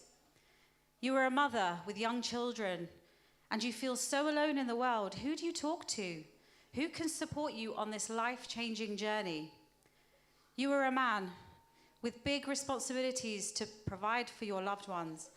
The pressure can be intense, and the thoughts that go through your mind. You're looking for a safe space to talk it out. But men don't do that, do they? You're a young girl, a young woman, and you're thinking, why does God put me through these physiological changes? Why not the boys? Why do I have to wear hijab? Am I supposed to? Or maybe you want to explore a whole new career path, but you don't know who to turn to in our community. You're in your 20s and 30s and finished your education. Maybe you've left university. So you aren't a student anymore, but you aren't quite an adult in your 40s and 50s, settled down when everyone thinks they've got life figured out. You're going through that journey of self-discovery. You have a young family, and you're so preoccupied with work, with chores, with commitments. You never seem to spend quality time with your kids or even your partner. Or maybe you're just looking for a community to grow and connect with. The people I am describing to you are sitting in this very room. It might be you that I am talking to you, talking about you, yes, you. This is our community, and this is where ELIF comes in. So I say to you, welcome to ELIF. ELIF is here for you. We empower, educate, and inspire individuals of all ages and backgrounds. That 14-year-old boy or that young girl, we have teen talks for them. Next slide, please. And the one after. That's it. We want to answer their questions and their inquisitive minds. The very first teen talks we held, we were actually honored with the presence of Syed Ammar. The kids were all sat hunched, cross-armed, and you could tell that they'd been forced to come by their moms. They all thought that they were coming to sit quietly in a traditional setting. Oh boy, were they in for a surprise. Within 5 minutes of being in the presence of the Syed, a young British Muslim growing up in London, knowing what it is to be a teenager in the UK, they all perked up, wide-eyed, attention ready. In fact, they said, "Miss, when's the next one?" We didn't know we could actually ask questions that we wanted and talk stuff out we might not be comfortable in front of other people. A session with Syed Kazim Ali Shan. The kids went in not wanting to talk about the importance of Salah, only to come out wanting to go home and pray Namaz-e-Shab, Salat al-Layl. That mother that wants to make friends, strengthen her iman, we will be rolling out a mother and baby group for you to help you nurture and grow. The man who needs a space or support without making it obvious, welcome to ELIF Men's Wellbeing, where the men have a close space and have far familiar thoughts to each other than they actually thought. The men's events aren't just heavy discussions, they're a great way to connect with like-minded men in the community. I'm actually a bit jealous because apparently they have such a great, wild, open discussions. I've heard that they have a brotherhood pact and what is said in the room stays in the room. For the 20 and 30-something-year-olds, you have ELIF Youth as a place to explore life, its challenges, rewards, make friends and grow. For the mums and dads that are tired, so tired and busy through the week, we have summer Saturdays where you can come and play with your kids. It's not just a place for them to make friends, it's a place for you to spend time with your family in an Islamic environment. Summer Saturdays is for everyone in the community, whatever your age or marital status. We don't want to just see you in Ramadan and Muharram, a part-time community, when we can be a force to be reckoned with. Syed Ammar alluded in his very first lecture to us, being Muslims and compartmentalizing our religion with the rest of our work and home life. ELIF cultivates an open door policy and we welcome you all. They say it takes a village to raise a child. We are your village. We want to raise our kids to become warriors, where our kids represent our family and religious values and go on to be strong, confident Muslims, wearing their identity with pride. Imam Ali says, "Do not raise your children the way your parents raised you. They were born for a different time." Join us in building a strong, supportive village where we can all grow together. Let's break barriers, embrace our identities, and strengthen our community. Welcome to ELIF, where your voice matters. My name is Zahra, and I'm the events team leader at ELIF. We have a passionate EC. If you want to talk about men's events, speak to Brother Mustafa. If you want to speak about youth events, speak to Sister Maryam. About kids, teens, community, women, come and speak to me. Let's come together to build a thriving community that excels in career development, tech, education, life skills, and empowerment for all members. Let's uplift our youth, men and women, to reach their full potential and make a positive impact in the world. Let's work hand in hand to create a supportive and inclusive environment where everyone can grow and succeed. Together we can achieve great things and build a brighter future for ourselves and those around us. Normally this is a time where we put our phones away. I'm actually going to ask you to get your phones out. And the next one. And the next one. There we go. I'm going to ask each and every one of you to scan this code right now. So get your phones out. If you don't know how to, ask the person next to you. My ask of all of you today is to fill out this very quick form. I purposely kept it very short because we really want to hear from you. You don't have to fill every field out, but we'd love to get to know you and what you want to tell us and what you want to see, how and what services we can provide to enhance your lives as Muslims living in the West. I'll end on that note, just a couple of announcements. Like Alyaska said, we have had an incident where there was a child upstairs on the gym floor on a treadmill. Yes, there is a level of humor to it, but when it comes to health and safety, alhamdulillah, the venue staff have been incredible with us. They're letting us stay later than normal. We have much more access and leniency, and we don't want to ruin that relationship, but far more important, we don't want that child to get lost or hurt. If the mothers need a space to feed their children or a quiet space to put them to sleep, please come and see me, I will help you. The ELIF podcast, as you saw, we are starting to roll some out, so the Motivate one will be coming out, I believe, next week. And inshallah, I will leave you on that note. So if you haven't scanned it, scan them now. You'll see some flyers outside. There's some more information there. By Muhammad wa ali Muhammad salawat.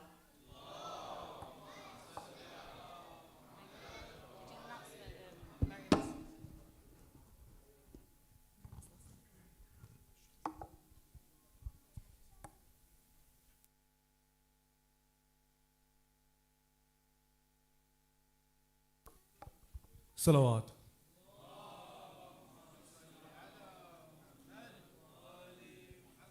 Thank you, Sister Zahra, on the talk on ELIF.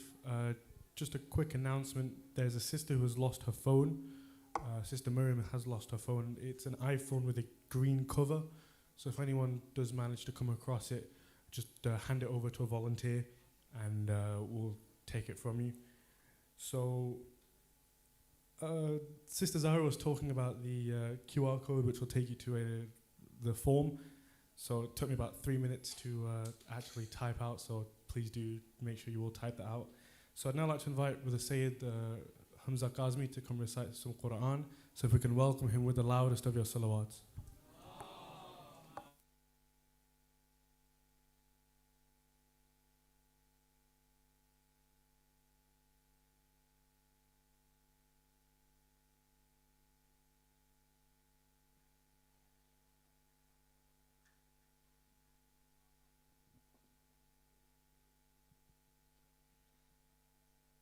بسم الله الرحمن الرحيم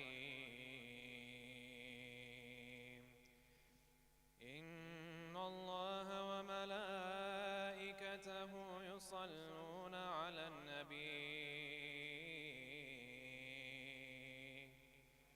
يا أيها الذين آمنوا صلوا عليه وسلموا تسليما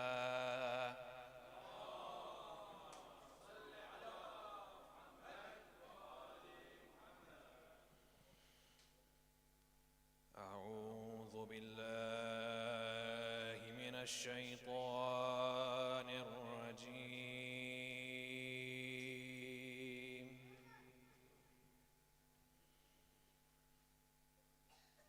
بسم الله الرحمن الرحيم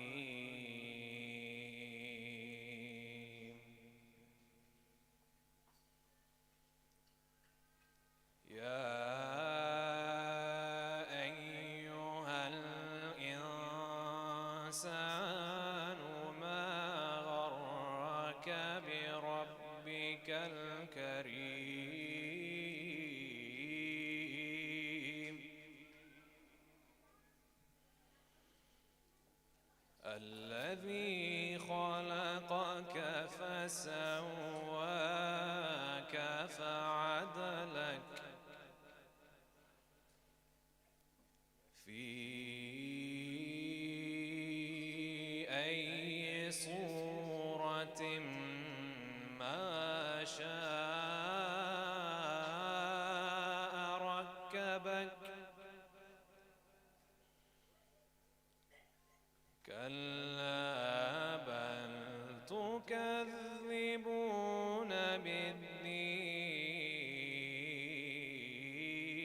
بالدين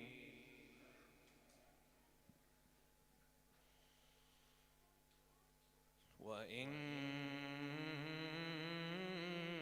عليكم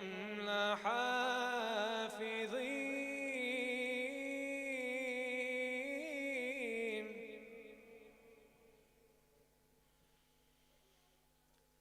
كراما كاتبين يعلمون ما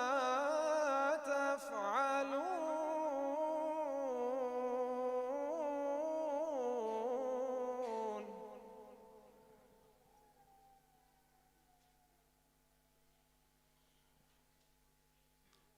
إن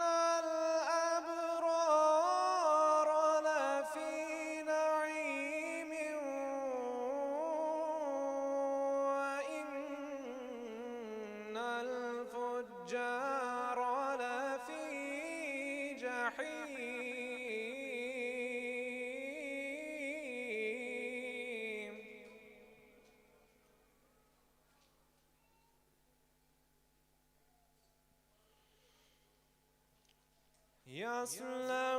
يصلونها يوم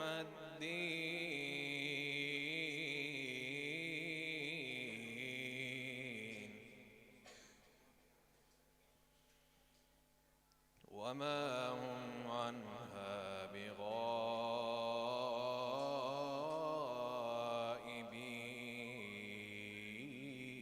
بغائبين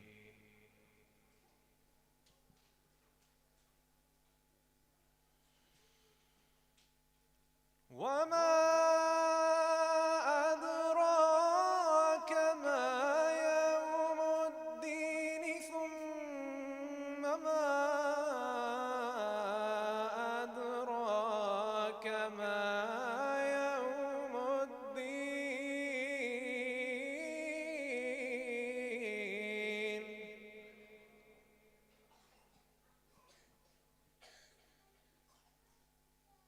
يوم لا تملك نفس لنفس شيئا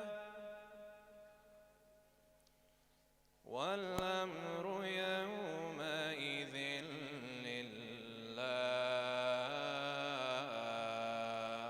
لله صدق الله العلي العظيم اللهم صل وسلم وزد وبارك على رسول الله وآله الأطهار على رسول الله وآله الأطهار صلوا على محمد وآل محمد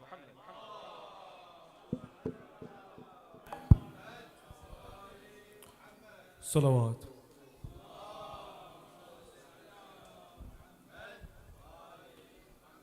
Thank you, Sayyid Hamza, for the beautiful recitation of Surah Infitar. I'd now like to invite Brother Rashid Haider to come recite, so if we can welcome him with the loudest of your salawats.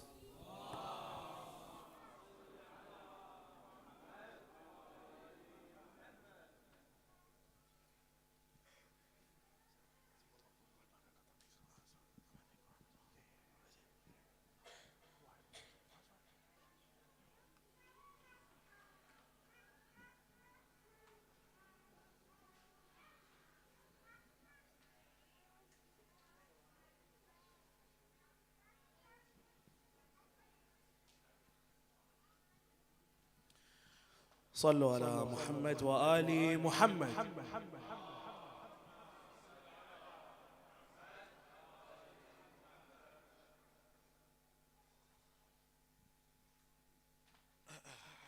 Inshallah, I'll be reciting from Surah Al-Baqarah, from ayah number 284 to ayah number 286. Before I begin, once again, please recite another loud salat ala Muhammad wa ali Muhammad.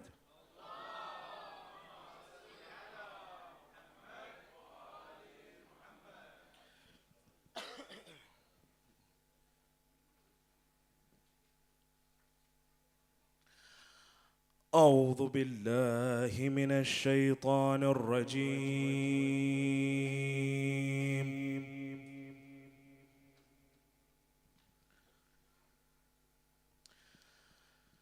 بسم الله الرحمن الرحيم.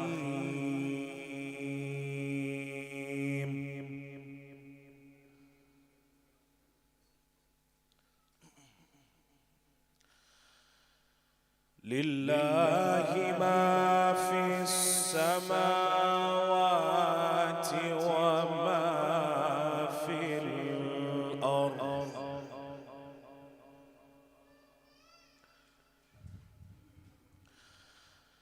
وإن تبدوا ما في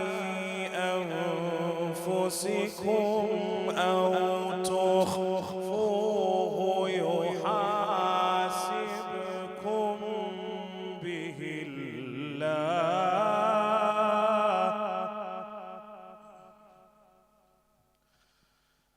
فيغفر لمن يشاء ويعذب من يشاء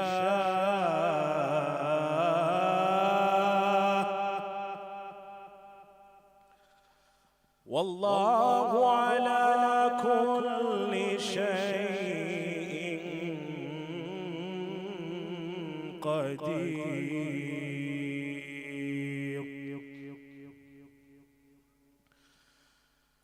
لله ما في السماوات وما في الأرض وإن تبدوا ما في أنفسكم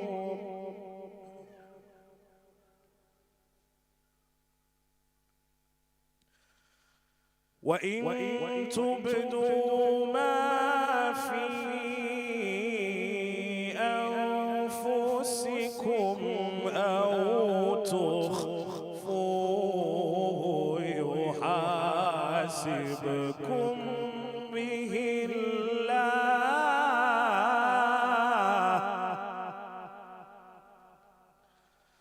فيغفر لمن يشاء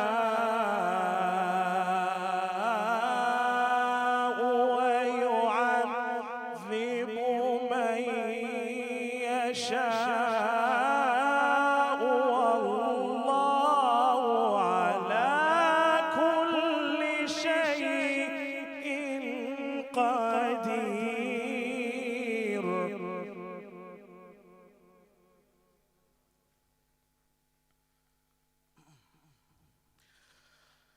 آمن الرسول بما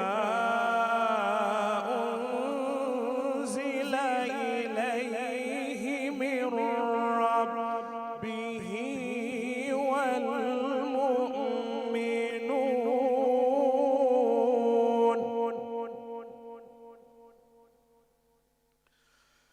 كل آمن بالله وملائكته وكتبه ورسله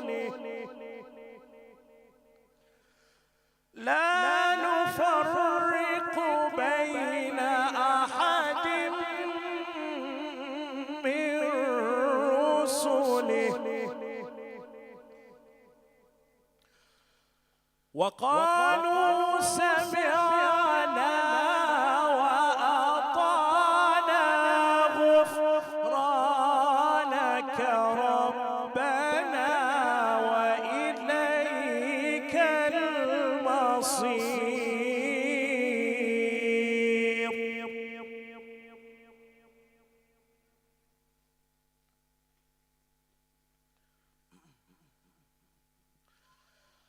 آمن الرسول بما أنزل إليه من ربه والمؤمنون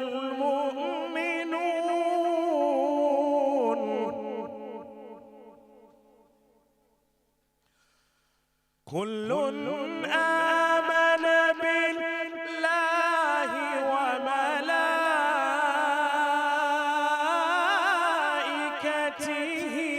وكتبه ورسله لا نفرق بين أحد من رسله وقالوا سمعنا وأطعنا غفرانك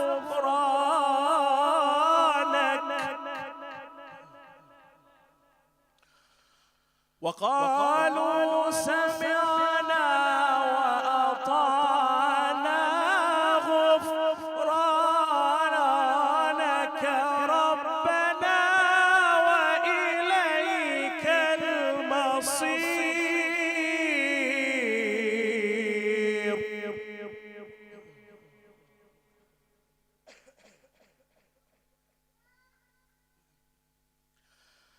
لا يكلف الله نفسا إلا وسعها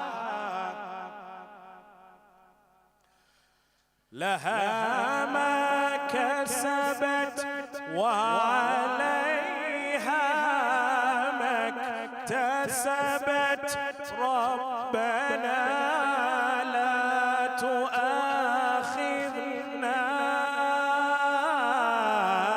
إن نسينا أو أخطأنا.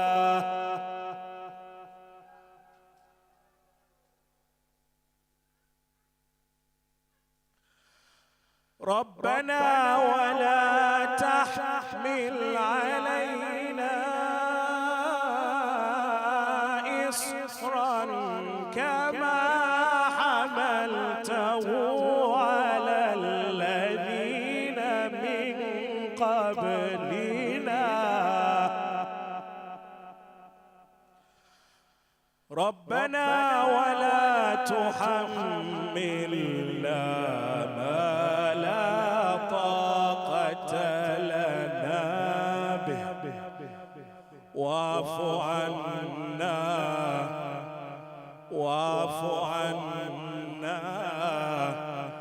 واغفر لنا وارحمنا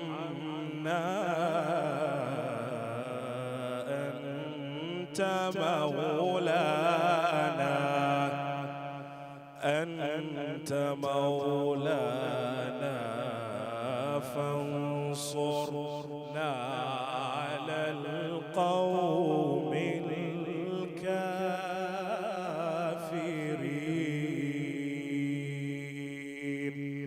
صدق الله العلي العظيم. اللهم صل وسلم وزد وبارك على رسول الله وآله الأطهار جميعا على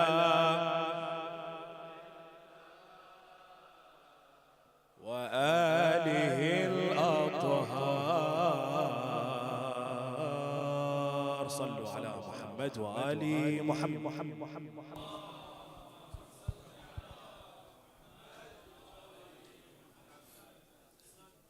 Salawat.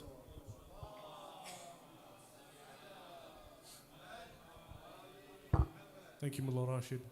And I'd like to thank all the Quran reciters today from the start, Brother Mustafa, Syed Hamza Qazmi and Mullah Rashid for their truly alleviating recitations of the Quran. So if we can have a loud salawat for all of them. Salawat.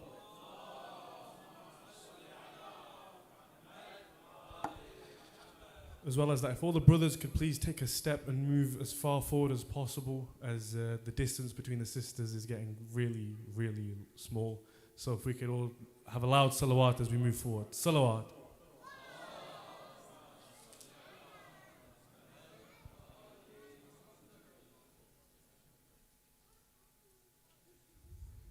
There's loads of spaces here, brothers. Please do move as far forward as you can. Salawat.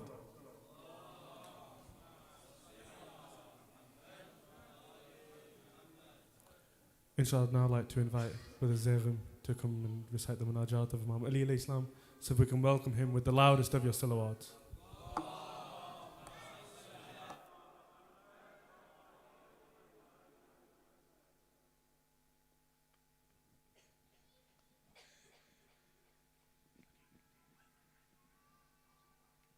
صلنا على محمد وآل محمد.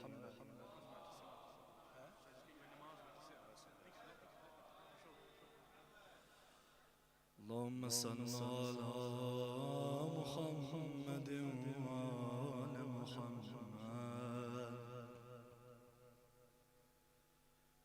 وعجل فرجهم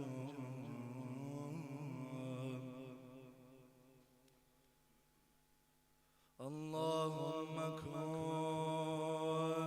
لوليك الحجة ابن الحسن صلواتك عليه وعلى جميع في هذه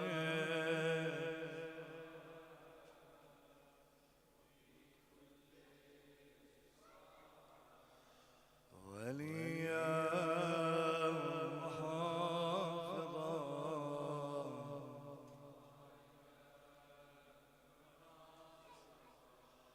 ودليلا وعينا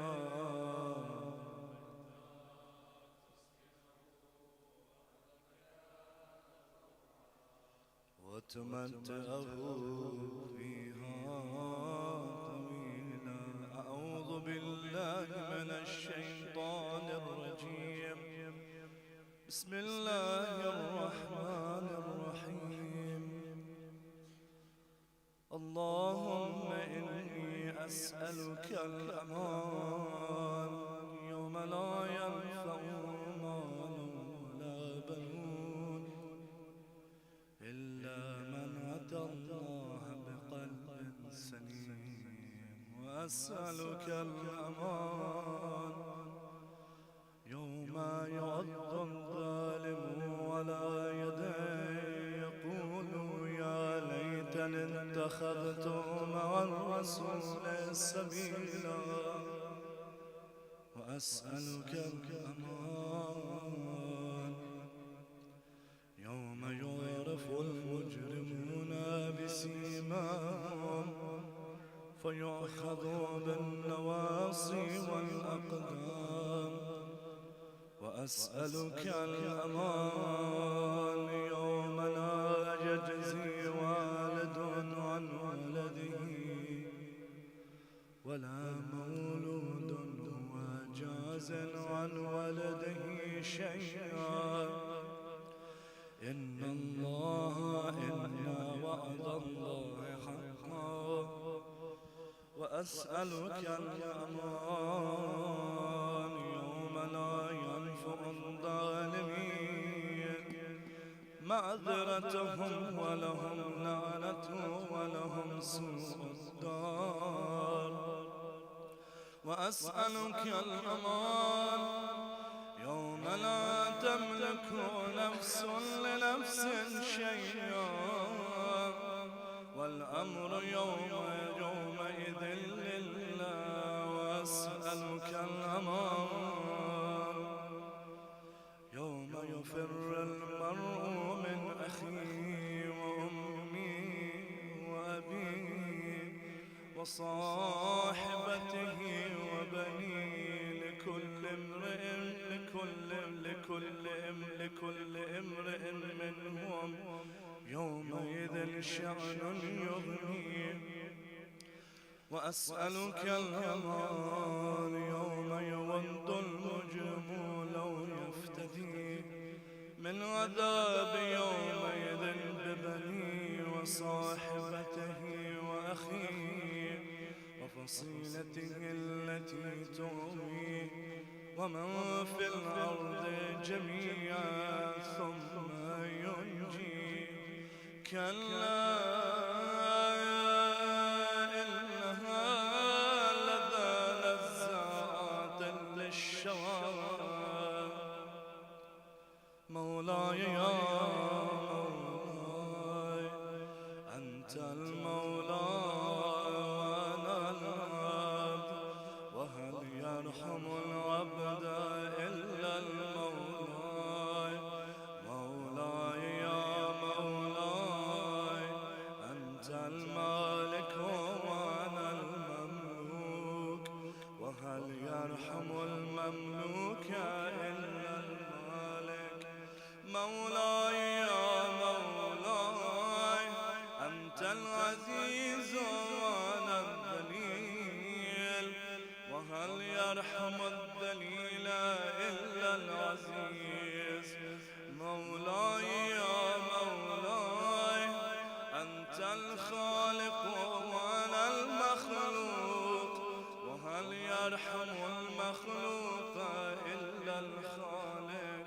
مولاي يا مولاي أنت العظيم وأنا الحقير وهل يرحم الحقير إلا العظيم مولاي يا مولاي أنت القوي وأنا الضعيف وهل يرحم الضعيف إلا القوي مولاي يا مولاي أنت الغني وأنا الفقير وهل يرحم الفقير إلا الغني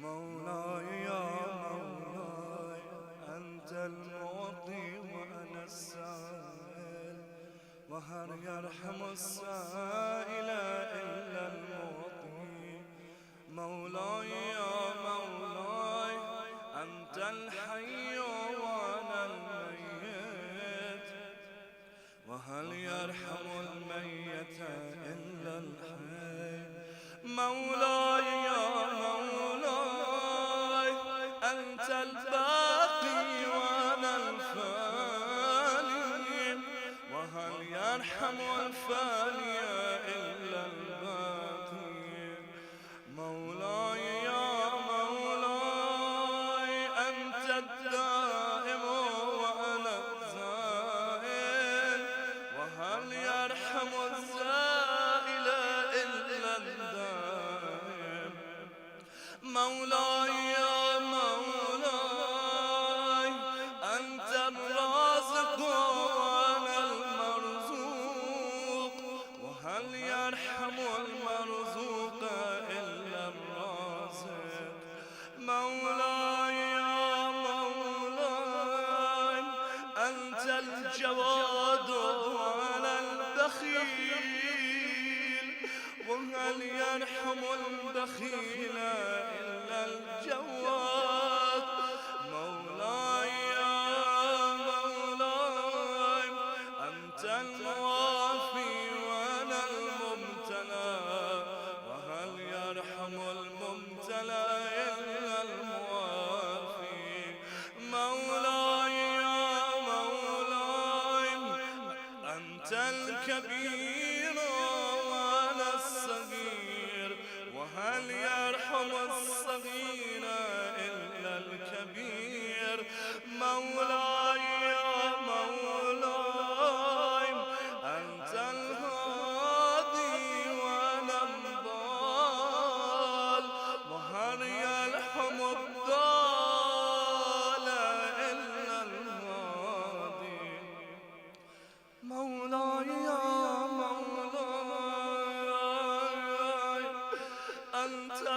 الرحمن وأنا المرحوم وهل يرحم المرحوم إلا الرحمن مولاي يا مولاي أنت السلطان وأنا الممتحن وهل يرحم الممتحن إلا السلطان مولاي يا مولاي أنت الدليل وأنا المتحير وهل يرحم المتحير إلا الدليل مولاي يا مولاي أنت الغفور وأنا المذنب وهل يرحم المذنب إلا الغفور مولاي يا مولاي أنت الغالب وأنا المغلوب وهل يرحم المغلوب إلا الغالب مولاي يا مولاي أنت الرب وأنا المربوب وهل يرحم المربوب إلا الرب مولاي يا مولاي أنت المتكبر وأنا الخاشع وهل يرحم الخاشع إلا المتكبر مولاي يا مولاي ارحمني برحمتك مولاي يا مولاي ارحمني برحمتك وارض عني بجودك وكرمك وفضلك يا ذا الجود والإحسان والطول والامتنان برحمتك يا أرحم الراحمين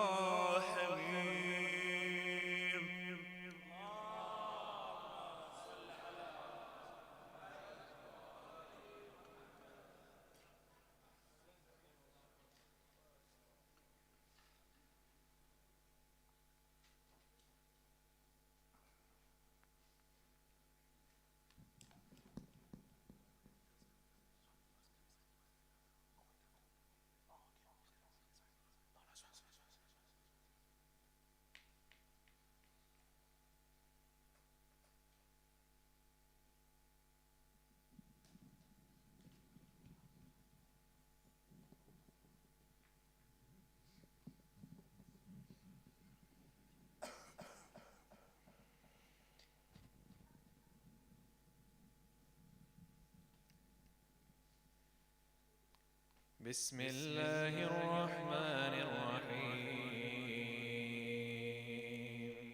إن الله وملائكته يصلون على النبي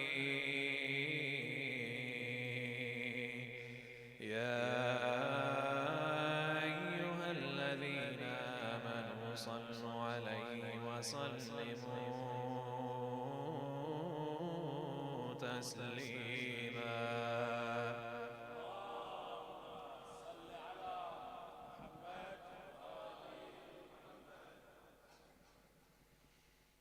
بسم الله الرحمن الرحيم اللهم صل على محمد وآل محمد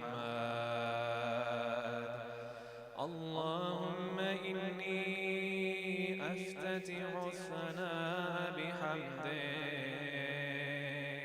وأنت مسدد للصواب بمنك أيقنت أنك أرحم الراحمين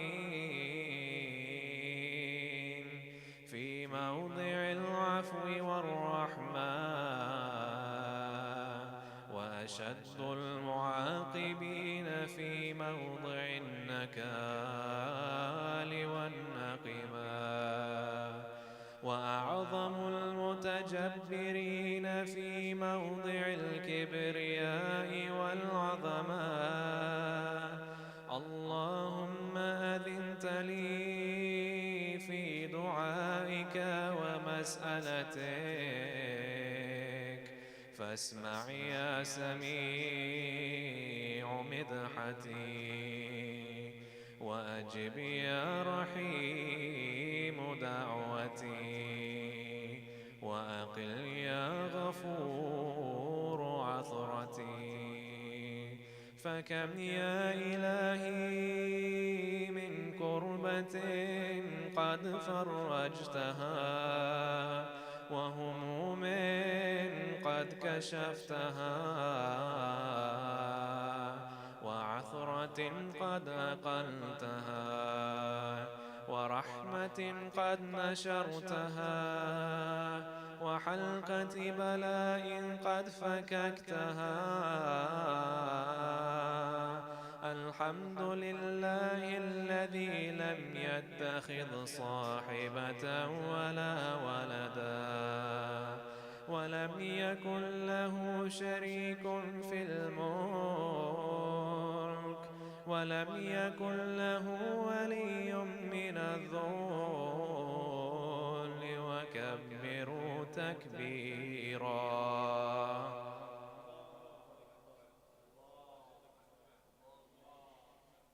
الحمد لله بجميع محامده كلها، على جميع نعمه كلها. الحمد لله الذي لا مضاد له في ملكه، ولا منازع له في أمره. الحمد لله الذي لا شريك له في خلقه، ولا شبيه له في عظمته. الحمد لله الفاشي في الخلق أمره وحمده، الظاهر بالكرم مجده، الباسط بالجود يده، الذي لا تنقص خزائنه، ولا تزيده كثرة العطاء إلا كرما وجودا. إنه هو العزيز الوهاب. اللهم إني أسألك قليلا من كثير، مع حاجة بي إليه عظيما، وغناك عنه قديم، وهو عندي كثير، وهو عليك سهل يسير. اللهم إن عفوك عن ذنبي، وتجاوزك عن خطيئتي، وصفحك عن ظلمي، وسترك على قبيح عملي، وحلمك عن كثير جرمي، عندما كان من خطئي وعمدي. أطمعني في أن أسألك ما لا أستوجبه منك، الذي رزقتني من رحمتك، وأريتني من قدرتك، وعرفتني من إجابتك، فصرت أدعوك آمنا وأسألك مستأنسا لا خائفا ولا وجلا مدلا عليك فيما قصدت فيه إليك فإن أبطأ عني عتبت بجهلي عليك ولعل الذي أبطأ عني هو خير لي لعلمك بعاقبة الأمور فلم أر مولا كريما أصبر على عبد اللئيم منك علي يا رب إنك تدعوني فأولي عنك وتتحبب إلي وأتبغض إليك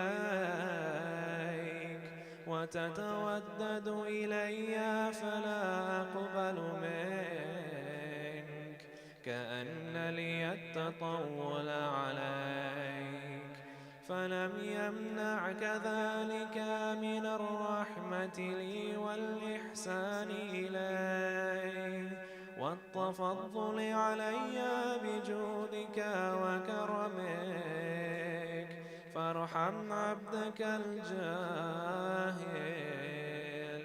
وجد عليه بفضل إحسانك إنك جواد كريم الحمد لله مالك الملك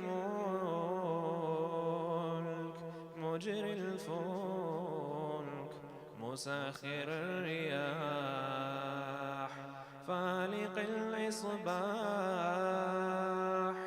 ديان الدين رب العالمين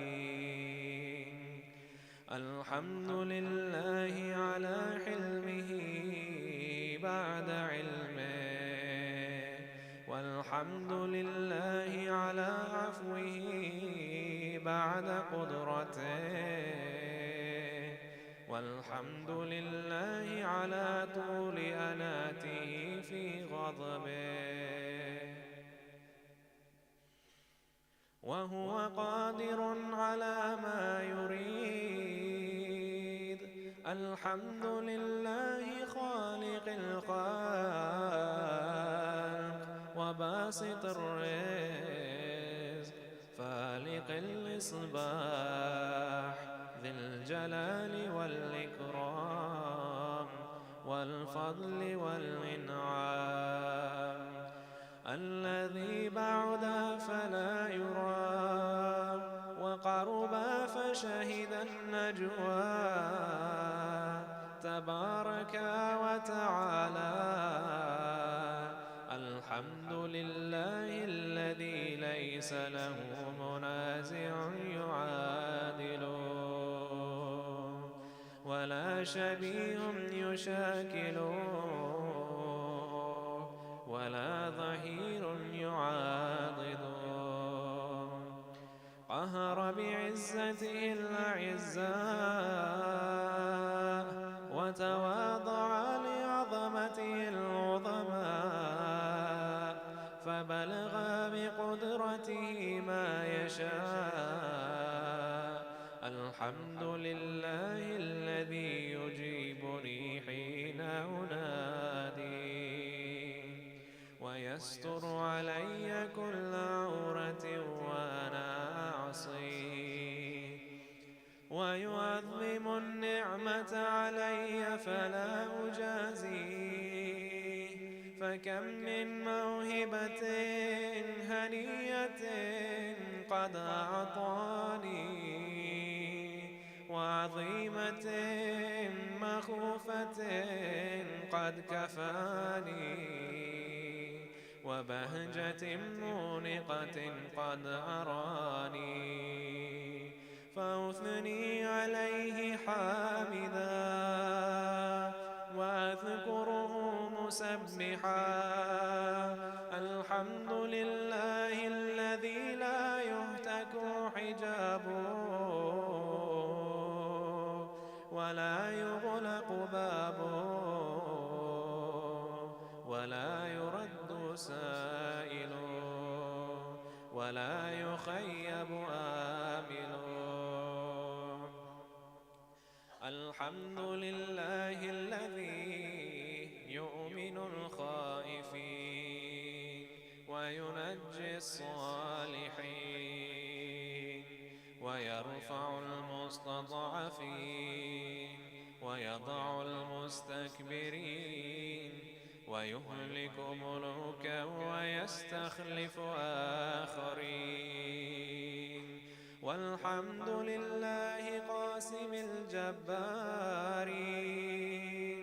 مبير الظلمين مدرك الهاربين نكال الظالمين صريخ المستصرخين موضع حاجات الطالبين معتمد المؤمنين. الحمد لله الذي من خشيته ترعد السماء وسكانها وترجف الأرض وعمارها وتموج البحار ومن يسبح في غمراتها. الحمد لله الذي هدانا لهذا وما كنا لنهتدي لولا أن هدانا الله. الحمد لله الذي يخلق ولم يخلق ويرزق ولا يرزق ويطعم ولا يطعم ويميت الأحياء ويحيي الموتى وهو حي لا يموت بيده الخير وهو على كل شيء قدير. اللهم صل على محمد عبدك ورسولك وأمينك وصفيك وحبيبك وخيرتك من خلقك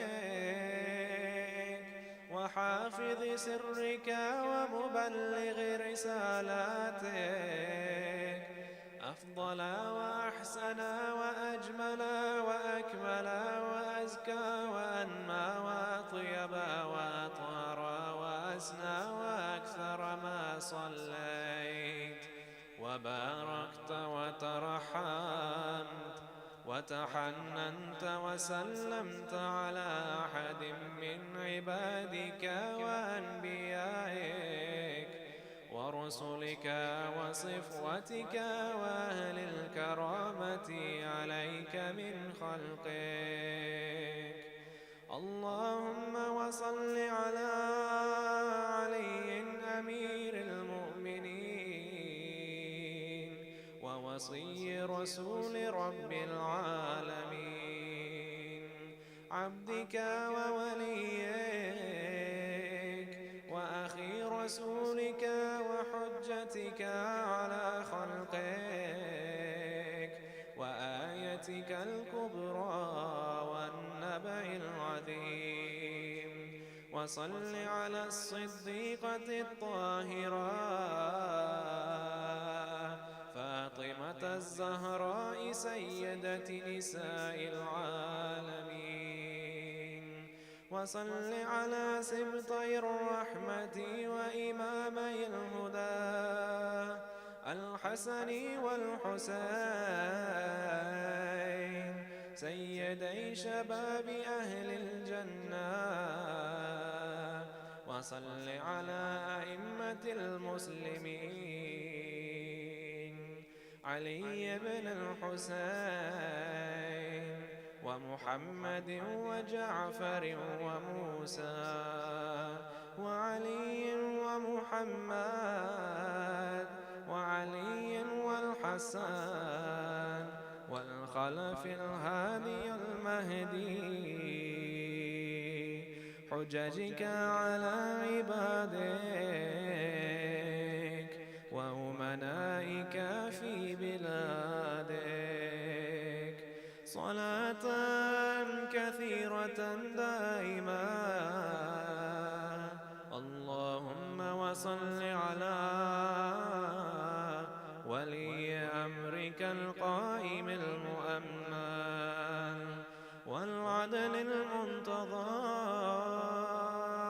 وحفه بملائكتك المقربين وأيده بروح القدس يا رب العالمين اللهم اجعله الداعي إلى كتابك والقائم بدينك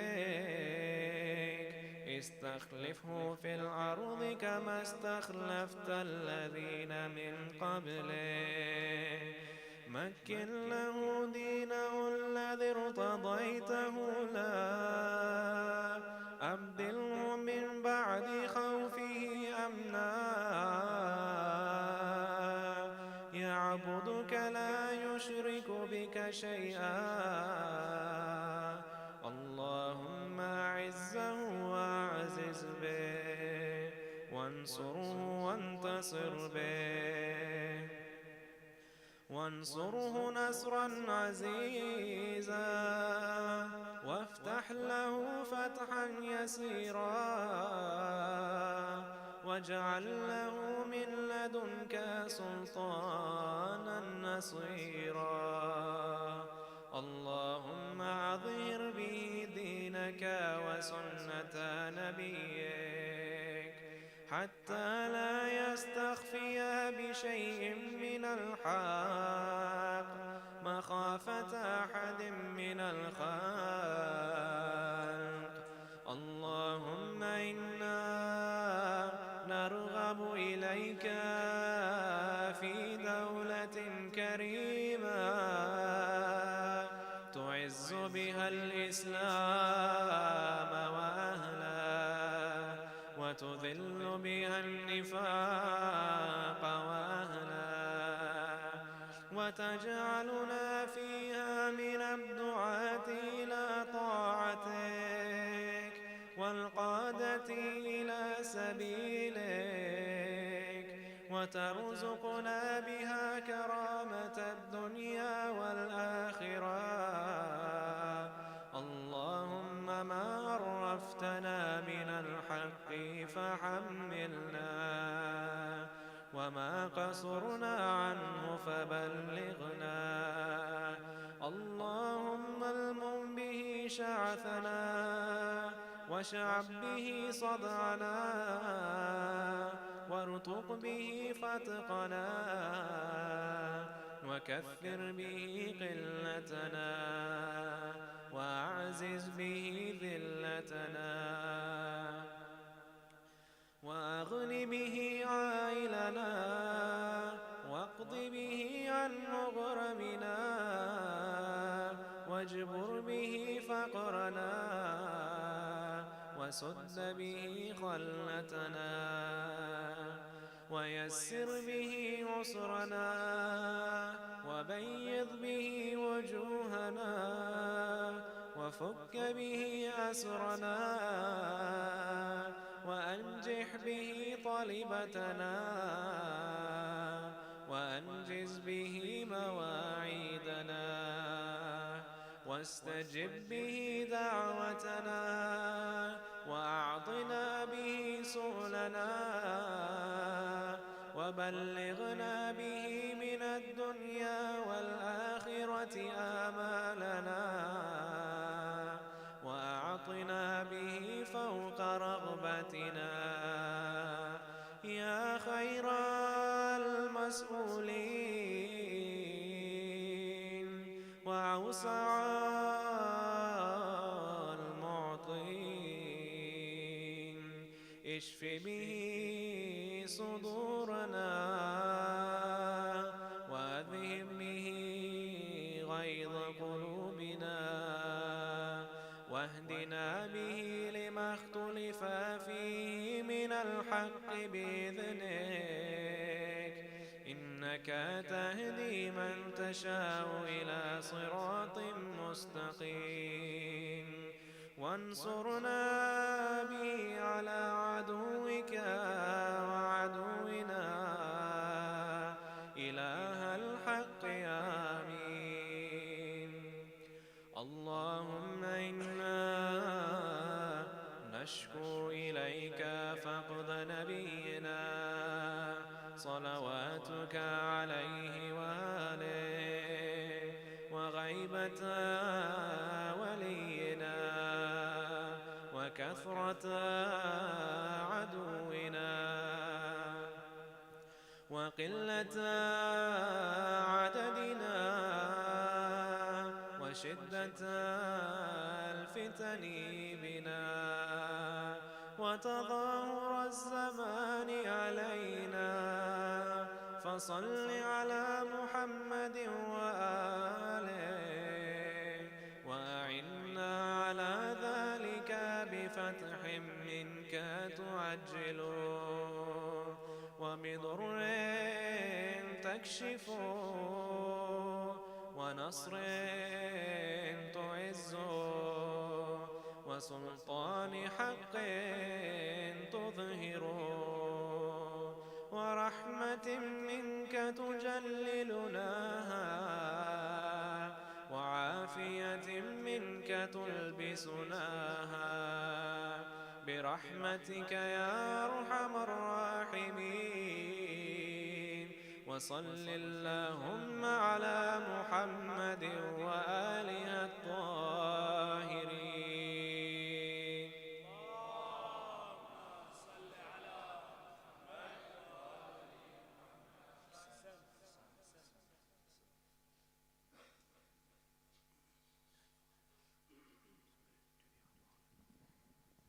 صلوات.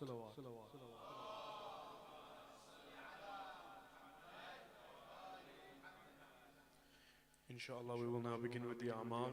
So if I could ask the Syed to come to the front and everyone to grab a turba and the Quran, and we will begin with the Ammar shortly. Salawat.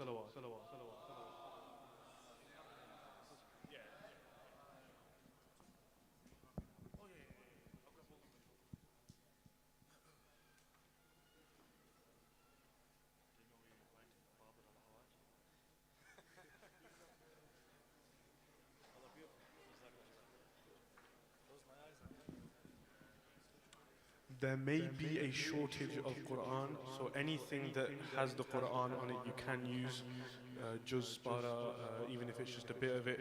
So anything that has a bit of the Quran on it you still can use, so you don't need the whole Quran.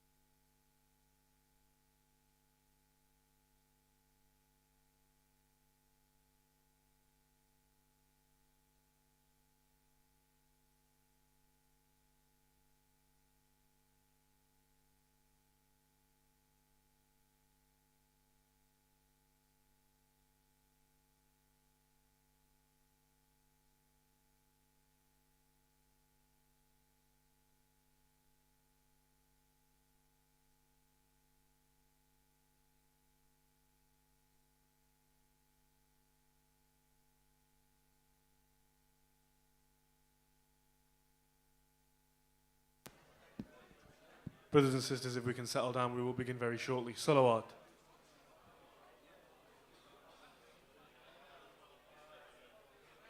So brothers and sisters, if we can all please at the very back, at the front here, if we can all settle down, we'd like to begin with the Amal. Everyone should have a turba and a Quran, and inshallah we'll be able to start as soon as everyone is settled down.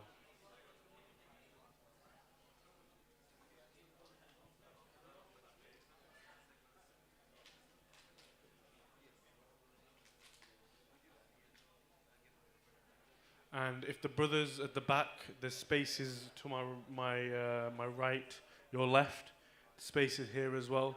So if the brothers can please move as far forward as possible as well, so that we can keep a safe distance between others and the sisters.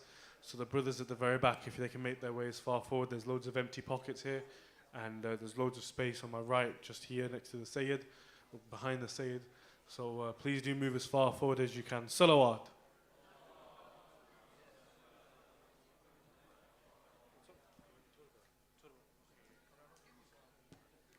Brothers, over here there's plenty of space, so at the back please do come as far forward as you can, and there's plenty of space over here.